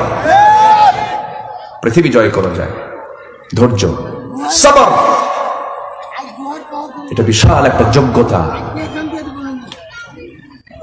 বাগান বানাতে পরিশ্রম হয়, জঙ্গল করতে গিয়ে পরিশ্রম লাগে? জঙ্গল এমনি হয়, জঙ্গল এমনি হয়, আর বাগান পরিশ্রম করতে হয়। রাগ, এটা জঙ্গল। রাগ কি বলেন? রাগ কি? জঙ্গল। আর ধৈর্য কি? বাগান। ধৈর্য বাগান। আমরা ধৈর্যশীল হব, জোরে বলি ইনশাআল্লাহ। এক জায়গায় না, সব জায়গায়? সব জায়গায়। মেয়েরা একটু বাঁকা প্রবণ হয়, বউরা, আল্লাহ পাক নারীকে একটু বাঁকা প্রবণ করেছেন। ওরা যা বোঝে উল্টান খুব কঠিন, সেই তালেই থাকতে হবে। 4 স্ত্রী গন্ডগোল লাগছে, নবীর সামনে এসে বলে, হুজুর আপনি সত্যি করে বলুন তো আপনি কাকে বেশি ভালোবাসেন? আমার নবীজি বললেন, এই প্রশ্নের জবাব তো আমি এখন দিতে পারবো না, আমাকে চিন্তা করে উত্তর দিতে হবে। মানে 4 জনই বলতেছে হুজুর আমাকে বেশি ভালোবাসে, রাসূল আমাকে বেশি ভালোবাসে। 4 জনকে পাঠায় দিলেন, ধমক দিলেন না, যাও বলবো কালকে। সন্ধ্যা হয়ে গেছে, 8টা খেজুর হাতের মধ্যে নিলেন, 2টা খেজুর করে প্রথম স্ত্রী আম্মা জান আয়েশার ঘরে গিয়ে বলছেন, আয়েশা আমি তোমাকে দারুণ ভালোবাসি, আই লাভ ইউ। কি আসতে কয়? এটা বলা জায়েজ আছে না নাই? অন্যের বউ নাকি? অন্যের বউকে না নিজের বউকে? হ্যাঁ, নিজের বউকে সারাদিন কয়, কোনো সমস্যা নেই। আমার নবীজি বলেন, আয়েশা দারুণ মোহব্বত করে তোমাকে এই 2টা খেজুর লুকায় লুকায় দিয়ে গেলাম, কিন্তু এই 2টা খেজুর যে তোমাকে দিলাম এই তথ্য তুমি কাউকে বলবা না, অন্য কোন স্ত্রীর কানে না যেন না যায়। 2য় স্ত্রী ঘরে গিয়ে একই কথা বললেন, 2টা খেজুর দিয়ে আসলেন। 3য় স্ত্রী ঘরে একই কথা বললেন। 4র্থ স্ত্রী ঘরে একই কথা বললেন, খেজুর 2টা দিয়ে আসলেন। বুক ভরা শানিয়া পরের দিন সকালবেলা 4 স্ত্রী নবীর সামনে চলে আসছেন আর বলছেন, হুজুর আপনি আজকে জানাতে চেয়েছেন আপনি কাকে সবচেয়ে বেশি ভালোবাসেন। রাসূল একটা মুস্কি হাসি মেরে বললেন, ও আমার স্ত্রী 4 জন, আমি তাকেই সবচেয়ে বেশি ভালোবাসি, গত রাত্রিতে যাকে আমি লুকায় লুকায় 2টা খেজুর দিয়ে আসছি। যা, সুবহানাল্লাহ বলবেন না? রাগ করা লাগলো? আজ থেকে রাগ করা লাগলো? সুন্দর সুন্দর কথা বলা শিখবো আমরা। সুন্দর কথা জানলে পরে গোটা পৃথিবী জয় করা যায়। আল্লাহ রাব্বুল আলামিন বলেন, وقولوا للناس حسنا। যখন তোমরা মানুষের সঙ্গে কথা বলবে সুন্দর করে কথা বলবে, দাওয়াত যখন দেবে সুন্দর করে দাওয়াত দেবে, সকালে বলবে বিকালে বলবে, ধৈর্য ধরে তাকে বারবার দাওয়াত দেবে। আমার রাসূল আবু জেহেলকে 1000-12টা বেশি বার দাওয়াত দিয়েছেন, বিরক্ত হয়েছেন নাকি? ধৈর্যের পিরামিড হতে হবে। এক একজন নবী ধৈর্যের পিরামিড ছিলেন। একজন নবী, যে নবীর ভিতরে একটু রাগ বেশি ছিল, মেজাজটা বেশি ছিল, সেই নবীর নামটা কি বলুন? এত জোরে বললেন, সব তো ওয়াজ জানে দেখতেছে, মাশাআল্লাহ, বলি আলহামদুলিল্লাহ। খুব রাগ ছিল, প্রচন্ড মেজাজে ছিলেন তিনি। খেপে গেলে তাফসীর আসছে তার চুলগুলো খাড়া হয়ে টুপি ভেদ করে চলে যেত, এত রাগ। থাপ্পড় মারা ছিল তার অভ্যাস। প্রথম থাপ্পড় খাইছে কে? বলেন কে খাইছে? ফেরাউন। 2 বছর বয়সে থাপ্পড় খায় শীত হয়ে পড়ছে। ফেরাউন গোত্রের একটা লোক বারবার বেয়াদবি করছে, তিনি বারবার তাকে বোঝানোর চেষ্টা করছেন, বোঝে না।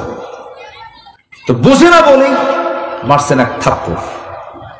এক থাপ্পড় খায়া শাসন করার নিয়তে মারলেন, থাপ্পড় মারাও সারা, মরে যাও সারা।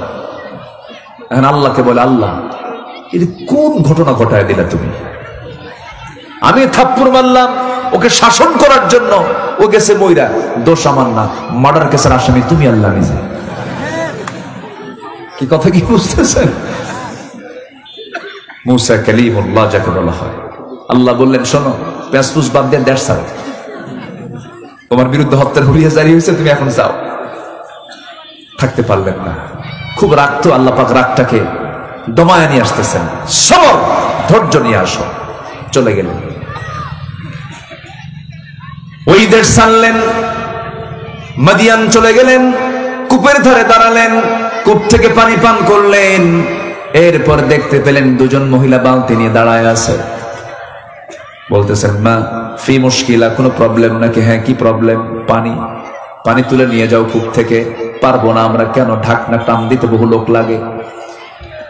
মুসা আলাইহিস সালাম মনে মনে ভাবলেন, বেচারি মহিলা, অসহায় মানুষ, সন্ধ্যার পরে কষ্ট হবে, সাহায্যের জন্য আগায় গেলেন।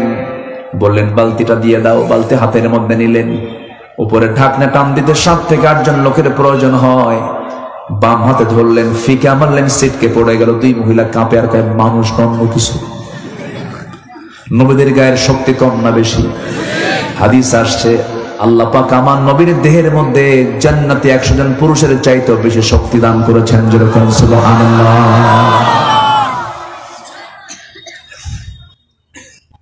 বালতি ভরায় পানি দিয়ে বললেন, যাও, চলে যাও।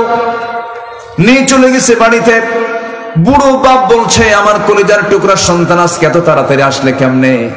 বলছে, আব্বা, কূপের ধারে একজন যুবককে দেখলাম, কবিজুন আজিজ, খুব শক্তিশালী যুবক, ঢাকনা হাত দিল আর সিটকে পড়ে গেল। বুড়া বাপ বলছে, কলিজার টুকরা মেয়ে, আমার বড় মেয়ে, তুমি আগামীকালকে যাবে, ওই যুবককে আমার পক্ষ থেকে সালাম দেবে এবং আমাকে আমার ব্যাপারে এই কথা জানিয়ে দিবে, সে যেন আমার কথা যেন না ফেলে দেয়। আমি তাকে আমার বাড়িতে দাওয়াত করলাম, আমার সঙ্গে যেন পরিচিত হয়ে যায়। যাও, চলে যাও। পরের দিন চলে গেছে, গিয়ে বলছে, আব্বা আপনাকে সালাম জানিয়েছেন। আবু না শাইখুন কবির, বুড়া মানুষ, চামড়াগুলো কুচকে গেছে, চলতে পারেন না, হাঁটতে পারেন না, আমাদের বাড়িতে আপনাকে আসতে হবে। মুসা আলাইহিস সালাম মনে মনে ভাবলেন, দূর দেশ, নতুন দেশ, কেউ চিনি না, রাস্তাঘাটও চিনি না, মানুষজন চিনি না, ভালোই তো হলো, ভালোই তো মিলে গেল। কিন্তু বলছে, ও মহিলা, আমি যাবো কেমনে, বাড়িতে চিনি না। মহিলা বলছে, টেনশন করার দরকার না, আমি সামনে সামনে চলবো, আপনি আমাকে ফলো করে পিছে পিছে আসবেন। মুসা বলছেন, মহিলা, তুমি আমাকে বুঝতে ভুল করেছো, আমি তেমন পুরুষ নই যে পুরুষ মহিলার পিছে পিছে হাঁটবে। দেখছেন, সুবহানাল্লাহ বলবেন না? আমি মহিলার পিছে পিছে হাঁটার মানুষ না, কারণ আমার চোখের গুনাহ হোক, আমি এটা চাই না। আমি সামনে সামনে চলবো, তুমি নারী আমার পিছে পিছে চলবে। ইমামরা পিছে থাকবে না, সামনে থাকবে? বলেন তো, ইমাম নারী জাত না পুরুষ জাত? বলেন, ইমাম হবে পুরুষ জাত না নারী জাত? অতএব পুরুষ চলবে পিছনে না সামনে? আজ পর্যন্ত ম্যাক্সিমাম টাইমে দেশের মানুষ চলেছে পুরুষের পিছনে, পুরুষের পিছনে না নারীর পিছনে? আর যেন ভুল না হয়। রাজি আছেন তো ইনশাআল্লাহ? মুসা আলাইহিস সালাতু ওয়াস সালাম এবার বললেন, আমি পিছে পিছে থাকবো না, আমি সামনেই চলে যাব। ও মহিলা, বেশি কথা বলতে পারবে না, তুমিও একজন পরনারী, আমি একজন পরপুরুষ, বেশি কথা বলা যাবে না, প্যাঁচ লেগে যাবে। শুধু দুইটা শব্দ আমি তোমাকে বলার পারমিশন দিলাম, সেটা হলো যদি ভুল করি বামে যাই তখন বলতে হবে ডান, আর ভুল করে যদি ডানে চলে যাই বলতে হবে বাম। ডান বাম এই দুটা শব্দ ছাড়ার কোনো শব্দ তোমার উচ্চারণ করা যাবে না। কি হলো?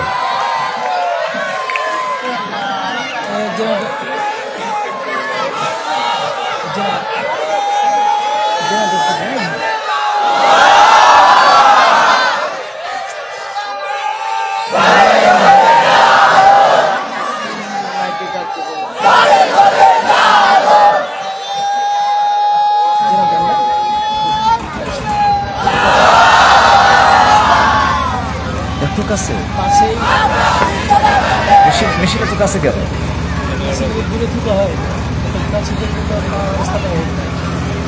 মেশিন এত কাছে? জি, বিদ্যুৎ চলে গেল, তো মেশিন এত কাছে কেন?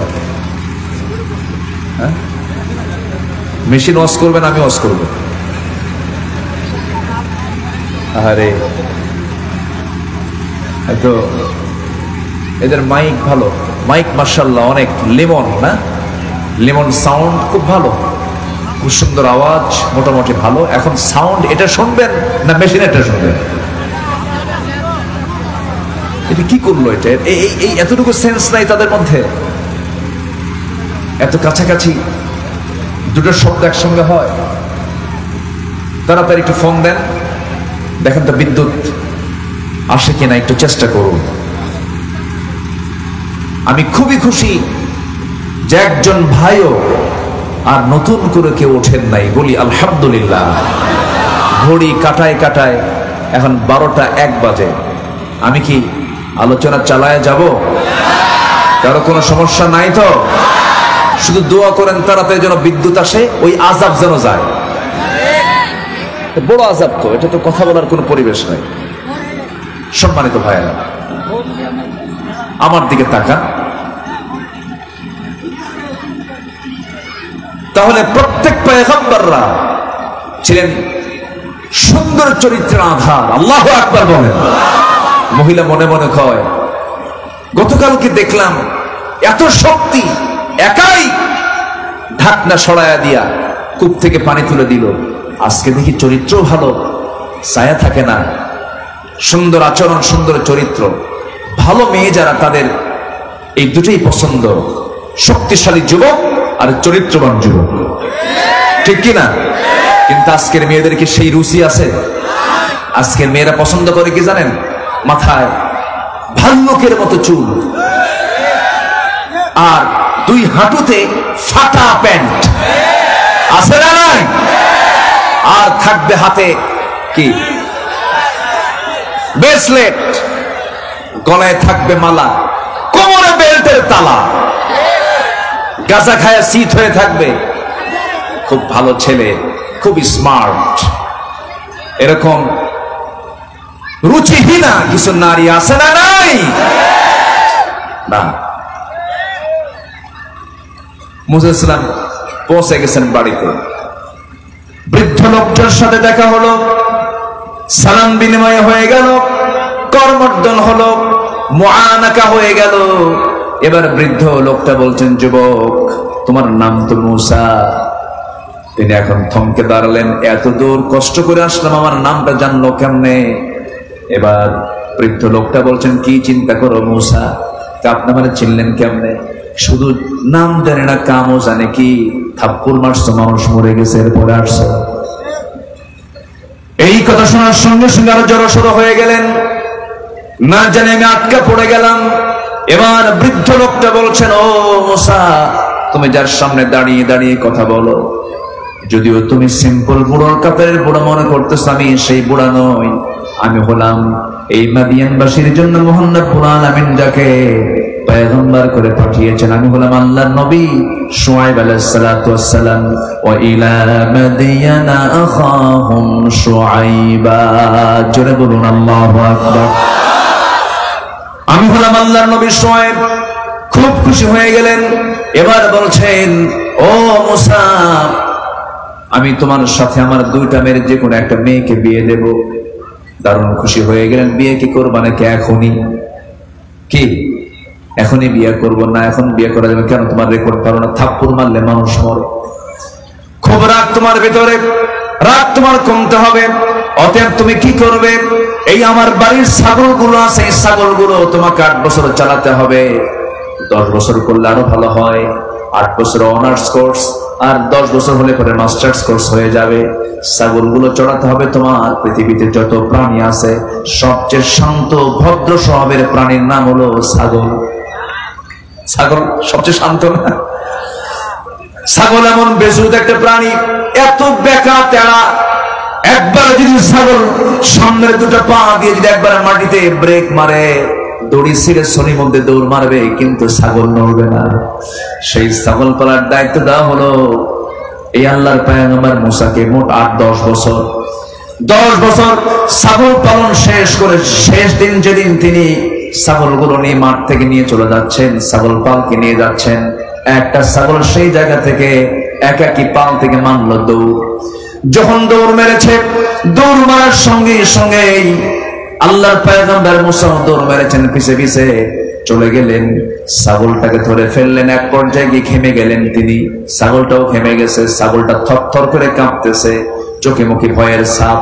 এমন রাগ উঠে গেছে আল্লাহর নবী দুই হাতের মধ্যে ধরে খাড়া করেছেন। এক আছাড়ি তাকে মেরে ফেলবেন, কিন্তু লক্ষ্য করে দেখেন লোমকূপ থেকে ঘামগুলো ঝরে ঝরে পড়তেছে। ছাগলটা কাঁপতেছে, গোটা শরীরে কাঁপে। দুই হাত থেকে ছেড়ে দিয়া বুকের সঙ্গে আলিঙ্গন করে বলছেন, ছাগল তোরে মাইরে লাভ কি? তুই তো ছাগল, মেরে কোনো লাভ নাই। ধৈর্য চলে আসছে। আল্লাহ বলছেন, মুসা রাগ কমে গেছে, তোমারে নবুয়ত দিয়ে দিলাম। যেরকম সুবহানাল্লাহ। ধৈর্য আছে যার বিজয় আছে, তার রহমত আছে, তার সে আল্লাহর রহমত পাবে। আল্লাহ রাব্বুল আলামিন বলেন, وَأَطِيعُوا اللَّهَ وَرَسُولَهُ وَلَا تَنَازَعُوا فَتَفْشَلُوا وَتَذْهَبَ رِيحُكُمْ وَاصْبِرُوا إِنَّ اللَّهَ مَعَ الصَّابِرِينَ। সূরাতুল আনফাল আয়াত নাম্বার 46। ধৈর্যের সঙ্গে আল্লাহর সম্পর্ক আছে। ধৈর্য আছে যার, আল্লাহর সঙ্গে সম্পর্ক আছে তার। ধৈর্য নাই যার, আল্লাহর সঙ্গে সম্পর্ক নাই তার। আল্লাহর রহমত পেতে হলে কয়টা উপায় লাগবে বলেন? 15টা। বলেন কয়টা? 1 নাম্বার হলো তাকওয়া, নাম্বার 2 হলো ধৈর্য, নাম্বার 3 হলো ইবাদতে মনোনিবেশ দেওয়া, ইবাদতে মনোযোগী হওয়া, অত্যন্ত গুরুত্ব দিয়ে ইবাদতে মনোযোগী হওয়া। وَمَا أُمِرُوا إِلَّا لِيَعْبُدُوا اللَّهَ مُخْلِصِينَ لَهُ الدِّينَ حُنَفَاءَ وَيُقِيمُوا الصَّلَاةَ وَيُؤْتُوا الزَّكَاةَ وَذَلِكَ دِينُ الْقَيِّمَةِ। জোরে বলুন আল্লাহু আকবার। নামাজের মধ্যে মন থাকার দরকার আছে না নাই? খাশিউন হতে হবে, নামাজে মনোযোগ থাকতে হবে। মনোযোগের নামাজি ছিলেন। সাইয়েদনা আলীর কথা মনে হয়ে গেল। যুদ্ধের ময়দানে যুদ্ধ করতে গিয়ে পায়ের মধ্যে তীর ঢুকেছে, সেই তীরটা কেউ বের করতে পারে না। হাত দিলেই হাওয়া করে কান্দেন, উয়া করেন, কেউ তার পা থেকে তীরটা বের করতে পারছে না। পরামর্শ চাওয়া হলো রাসূল থেকে। আমার রাসূল বলেন, শোনো আমার সাহাবীরা, আমার আলী নামাজের মধ্যে তার কেমন মনোযোগ আমি রাসূল জানি। তোমরা আমার আলী যখন নামাজে দাঁড়াবে, সেই সময় তোমরা তার পা থেকে টান মেরে তীরটা বের করে নিবা। সাইয়েদনা আলী নামাজে দাঁড়াইছেন, তো পা থেকে তীরটা টান মারা হচ্ছিল। কিতাবে আসে চামড়াগুলো খুলে খুলে আসতেছে, রক্তগুলো গড়ে গড়ে পড়ছে, গোশতগুলো ছিঁড়ে ছিঁড়ে আসতেছে। নামাজের মধ্যে সাহাবীরা তার পা থেকে টান মেরে তীরটা বের করলেন। এত বড় ক্ষত করে তার পা থেকে তীরটা বের করা হলো। নামাজের মধ্যে বিন্দু পরিমাণ আলীর মুখ থেকে কোনো আওয়াজ বের হয় নাই। নামাজ শেষ করেছেন, বললেন আমার পা থেকে কে তীরটা বের করে নিল? কোন সময় তীরটা বের করে নিল? নামাজের সময়। আলী বলছেন আল্লাহর নামের কসম করে বলি আমি আলী চুল পরিমাণ কোনো টের পাই নাই। জোরে কোন সুবহানাল্লাহ। মনোযোগ, মনোনিবেশ দেওয়া, ইখলাস নিয়ে আসা ভিতরে। যা করব আমি কার জন্য বলেন? আসতে বলেন না, কার জন্য করব? আল্লাহর জন্য করব। নাম্বার 4 হলো আল্লাহর সন্তুষ্টির জন্য দান যারা করবে আল্লাহ তাদেরকে রহমতে ধন্য করবেন। মাযাল্লাযী ইউকরিদুল্লাহু করদান হাসানান ফায়ুদাঈফুহু লাহু আযআফান কাসীরা ওয়াল্লাহু ইয়াকবিদু ওয়া ইয়াবসুত ওয়া ইলাইহি তুরজাউন। জোরে বলুন আল্লাহু আকবার। আরো জোরে আল্লাহু আকবার। আল্লাহর পথে আমরা দান করব, আল্লাহ আমাকে আপনাকে মহা পুরস্কারে পুরস্কৃত করবেন। আল্লাহ আমাকে আপনাকে ডাবল ডাবল দিয়ে দিবেন। আল্লাহ আমাকে যা দিবেন তার সমকক্ষ পৃথিবীর কেউ দিতে পারবে নাকি?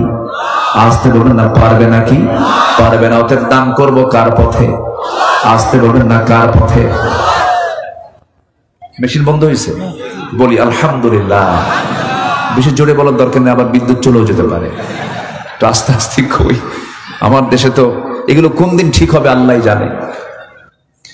ভাবছিলাম নবীর নামে নাম ইউনূস সরকার, অন্তর্বর্তীকালীন সরকার আসছিলেন, ভালো কথা। শিক্ষক নিয়োগ হবে মাঝখানে, কোরআনের শিক্ষক না দিয়ে ৬০,০০০ গানের শিক্ষক ঢুকায় দিছে। এলে দুঃখজনক। ঘাপটি মারা নাস্তিক এখনো আমার দেশের রঙ্গে রঙ্গে আছে না নাই? আছে না নাই? প্রতিটি নাস্তিকের সঠিক বিচার হওয়ার দরকার আছে না নাই?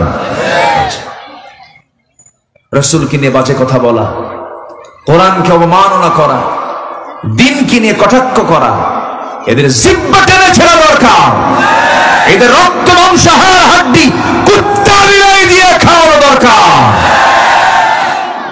উচিত ছিল, কিন্তু কি বলবো আর। আমরা আগামীর দিনকে আমরা ইসলামের রঙে রঙিন করতে চাই। জোরে বলি ইনশাআল্লাহ। নাম্বার 5, আল্লাহর স্মরণে লিপ্ত থাকা। সর্বক্ষণ আমি স্মরণ করব কার? জিকির করব কার? আমার চোখ প্রতি মিনিটে, এই চোখের পলক প্রতি মিনিটে 15 থেকে 20 বার আপ ডাউন করে। কে করায় দেন? কানের মধ্যে ময়লা থাকে না? ময়লা, এই ময়লাকে এলাকায় কি বলে? গরু খায়। এটার নাম কি বলে? ইয়ারক্স, কানের ময়লা। এটা আল্লাহ দিয়ে দিয়েছেন। কেন জানেন? এটার কারণ হলো এই ময়লা যদি না থাকতো বড় সমস্যা হয়ে যেত। এটার স্বাদ হলো তিতা, তিক্ত। এটা জিহ্বা একদিন নিয়ে টেস্ট করে, কানের এটা তিক্ত। বান্দা যখন রাতে ঘুমায় পড়ে, হঠাৎ করে যদি কোনো কীট পতঙ্গ, পোকামাকড় অথবা কোনো পিঁপড়া যদি ঢুকে পড়ে, হঠাৎ করে লাইন হতে পারে, তো ঢুকতেই পারে, ঢুকে আর কাম করতে পারে না, তিতা তো চলে আসে। আর যদি আমাদের কানের ভিতরের ময়লাগুলো আল্লাহ পাক মিষ্টি করে দিতেন, যত পিঁপড়া সব কার কানে, ঘুম শেষ। এই কান সাফ করতে করতে রাত শেষ। আল্লাহ পাক কানকে সিকিউর করেছেন, সেখানে কিছু ওয়াইন্টমেন্ট দিয়েছেন। গেল না? মিঠা করি, পান করি মিঠা, আর চোখের পানি হয়ে যায় কি এমনি এমনি হয় নাকি? এমনি এমনি হয়? কে করে দেন? আল্লাহ করে দেন। আল্লাহকে তাও চেনার চেষ্টা করি না। চোখ আল্লাহ ঠিক রাখেন, চোখ দিয়া আল্লাহ যে যা দেখতে বলেন তা না দেখে অন্যের বউ দেখি, অন্যের বউর দিকে চেয়ে দেখি। কেন? কেন? আল্লাহ পাক আমাকে যা দেখতে বলেছেন আমি তাই দেখবো, এর বাহিরে অন্য কিছু দেখতে যাব না। সম্মানিত ভাইয়েরা, সম্মানিত বন্ধুগণ, এই চোখ আল্লাহ তাআলা কি সুন্দর করে বানিয়েছেন। সুবহানাল্লাহ বলা যাবে না ভাই? আল্লাহ রাব্বুল আলামিন বলেন, আলাম নাজআল লাহু আইনাইনি ওয়া লিসানান ওয়া শাফাতাইনি ওয়া হাদাইনাহুন নাজদাইন। টানা টানা চক্ষু দিলাম, এই পলক প্রতি মিনিটে গড়ে 15 থেকে 20 বার আপ ডাউন করে ফেলে। প্রতিটা বার পড়ার সময় অশ্রু থেকে লিকুইড ছড়িয়ে দেয় পুরো চোখে।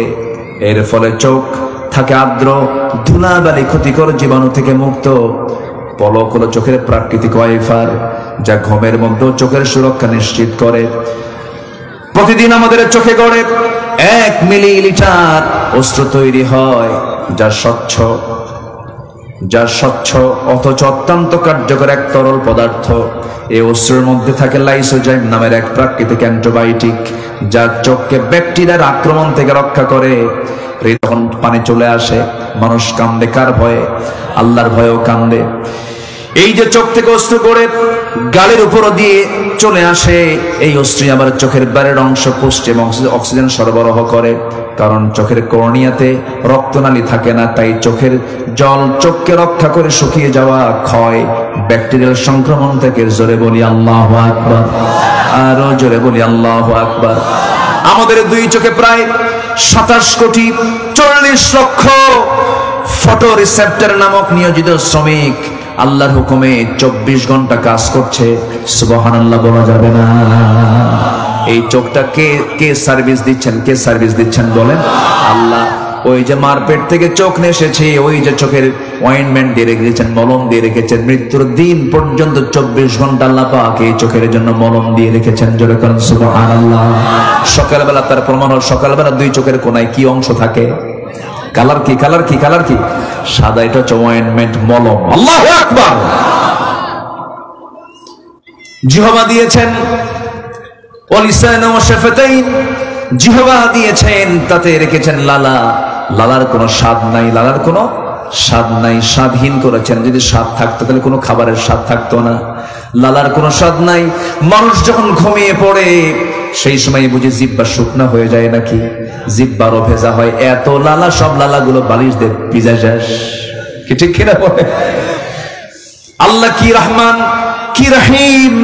আল্লাহ আমাকে দেখেন, দয়া করেন, প্রত্যেকটা সেকেন্ড আমাকে ভাবেন, আমাকে নিয়ে চিন্তা করেন। অতএব ফাযকুরুনি আযকুরকুম ওয়াশকুরুলি ওয়ালা তাকফুরুন। তাহলে স্মরণ করলে পরে রহমত দিবেন কে বলেন? আল্লাহ রহমত দিবেন। নাম্বার 6 হলো তওবা করা, ক্ষমা প্রার্থনা করা। তুবু ইলাল্লাহি আইয়ুহাল মুমিনুনা লাআল্লাকুম তুরহামুন। তুবু ইলাল্লাহি তাওবাতান নাসুহা। জোরে বলুন আল্লাহু আকবার।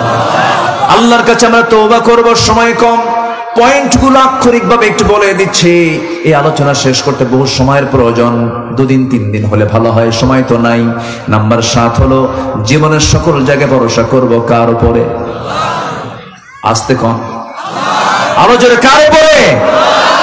ছেলের সন্তান হলেও আলহামদুলিল্লাহ, মেয়ের সন্তান হলেও বলেছেন লিযযাকিরি মিসলু হাযিল উনসাইন। আগে মেয়েদের অংশ বুঝায় দাও, কিন্তু আমার দেশের ছেলেরা, ভাইরা বোনকে আগে দেয় না, আগে 1 যুগ খায় ধানের আবাদ। আগে 1 যুগ খায়, খাওয়ার পর ধান্দায় থাকে জমিটা কেমনে নেওয়া যায়। হজ থেকে আসে, 2 ভরি স্বর্ণের চেন নিয়ে এসে বলে দেখি তো পাম দিয়া, সোনা দিয়া 2 ভরি দিয়ে দেখি তো 2 বিঘা পাই নাকি। কথা বোঝেন না? ধান্দায় থাকে। পাশে বসায় দিয়া বলে শোনো, এই যে সমসাম খাওয়াচ্ছি শিবগঞ্জের, সমসাম আছেন এদিকে? হ্যাঁ, আদি চমচম, হ্যাঁ, খাওয়ায় দিয়া পাম্পট্টি দিয়া বলে বোন একটা কথা বলে রাখ।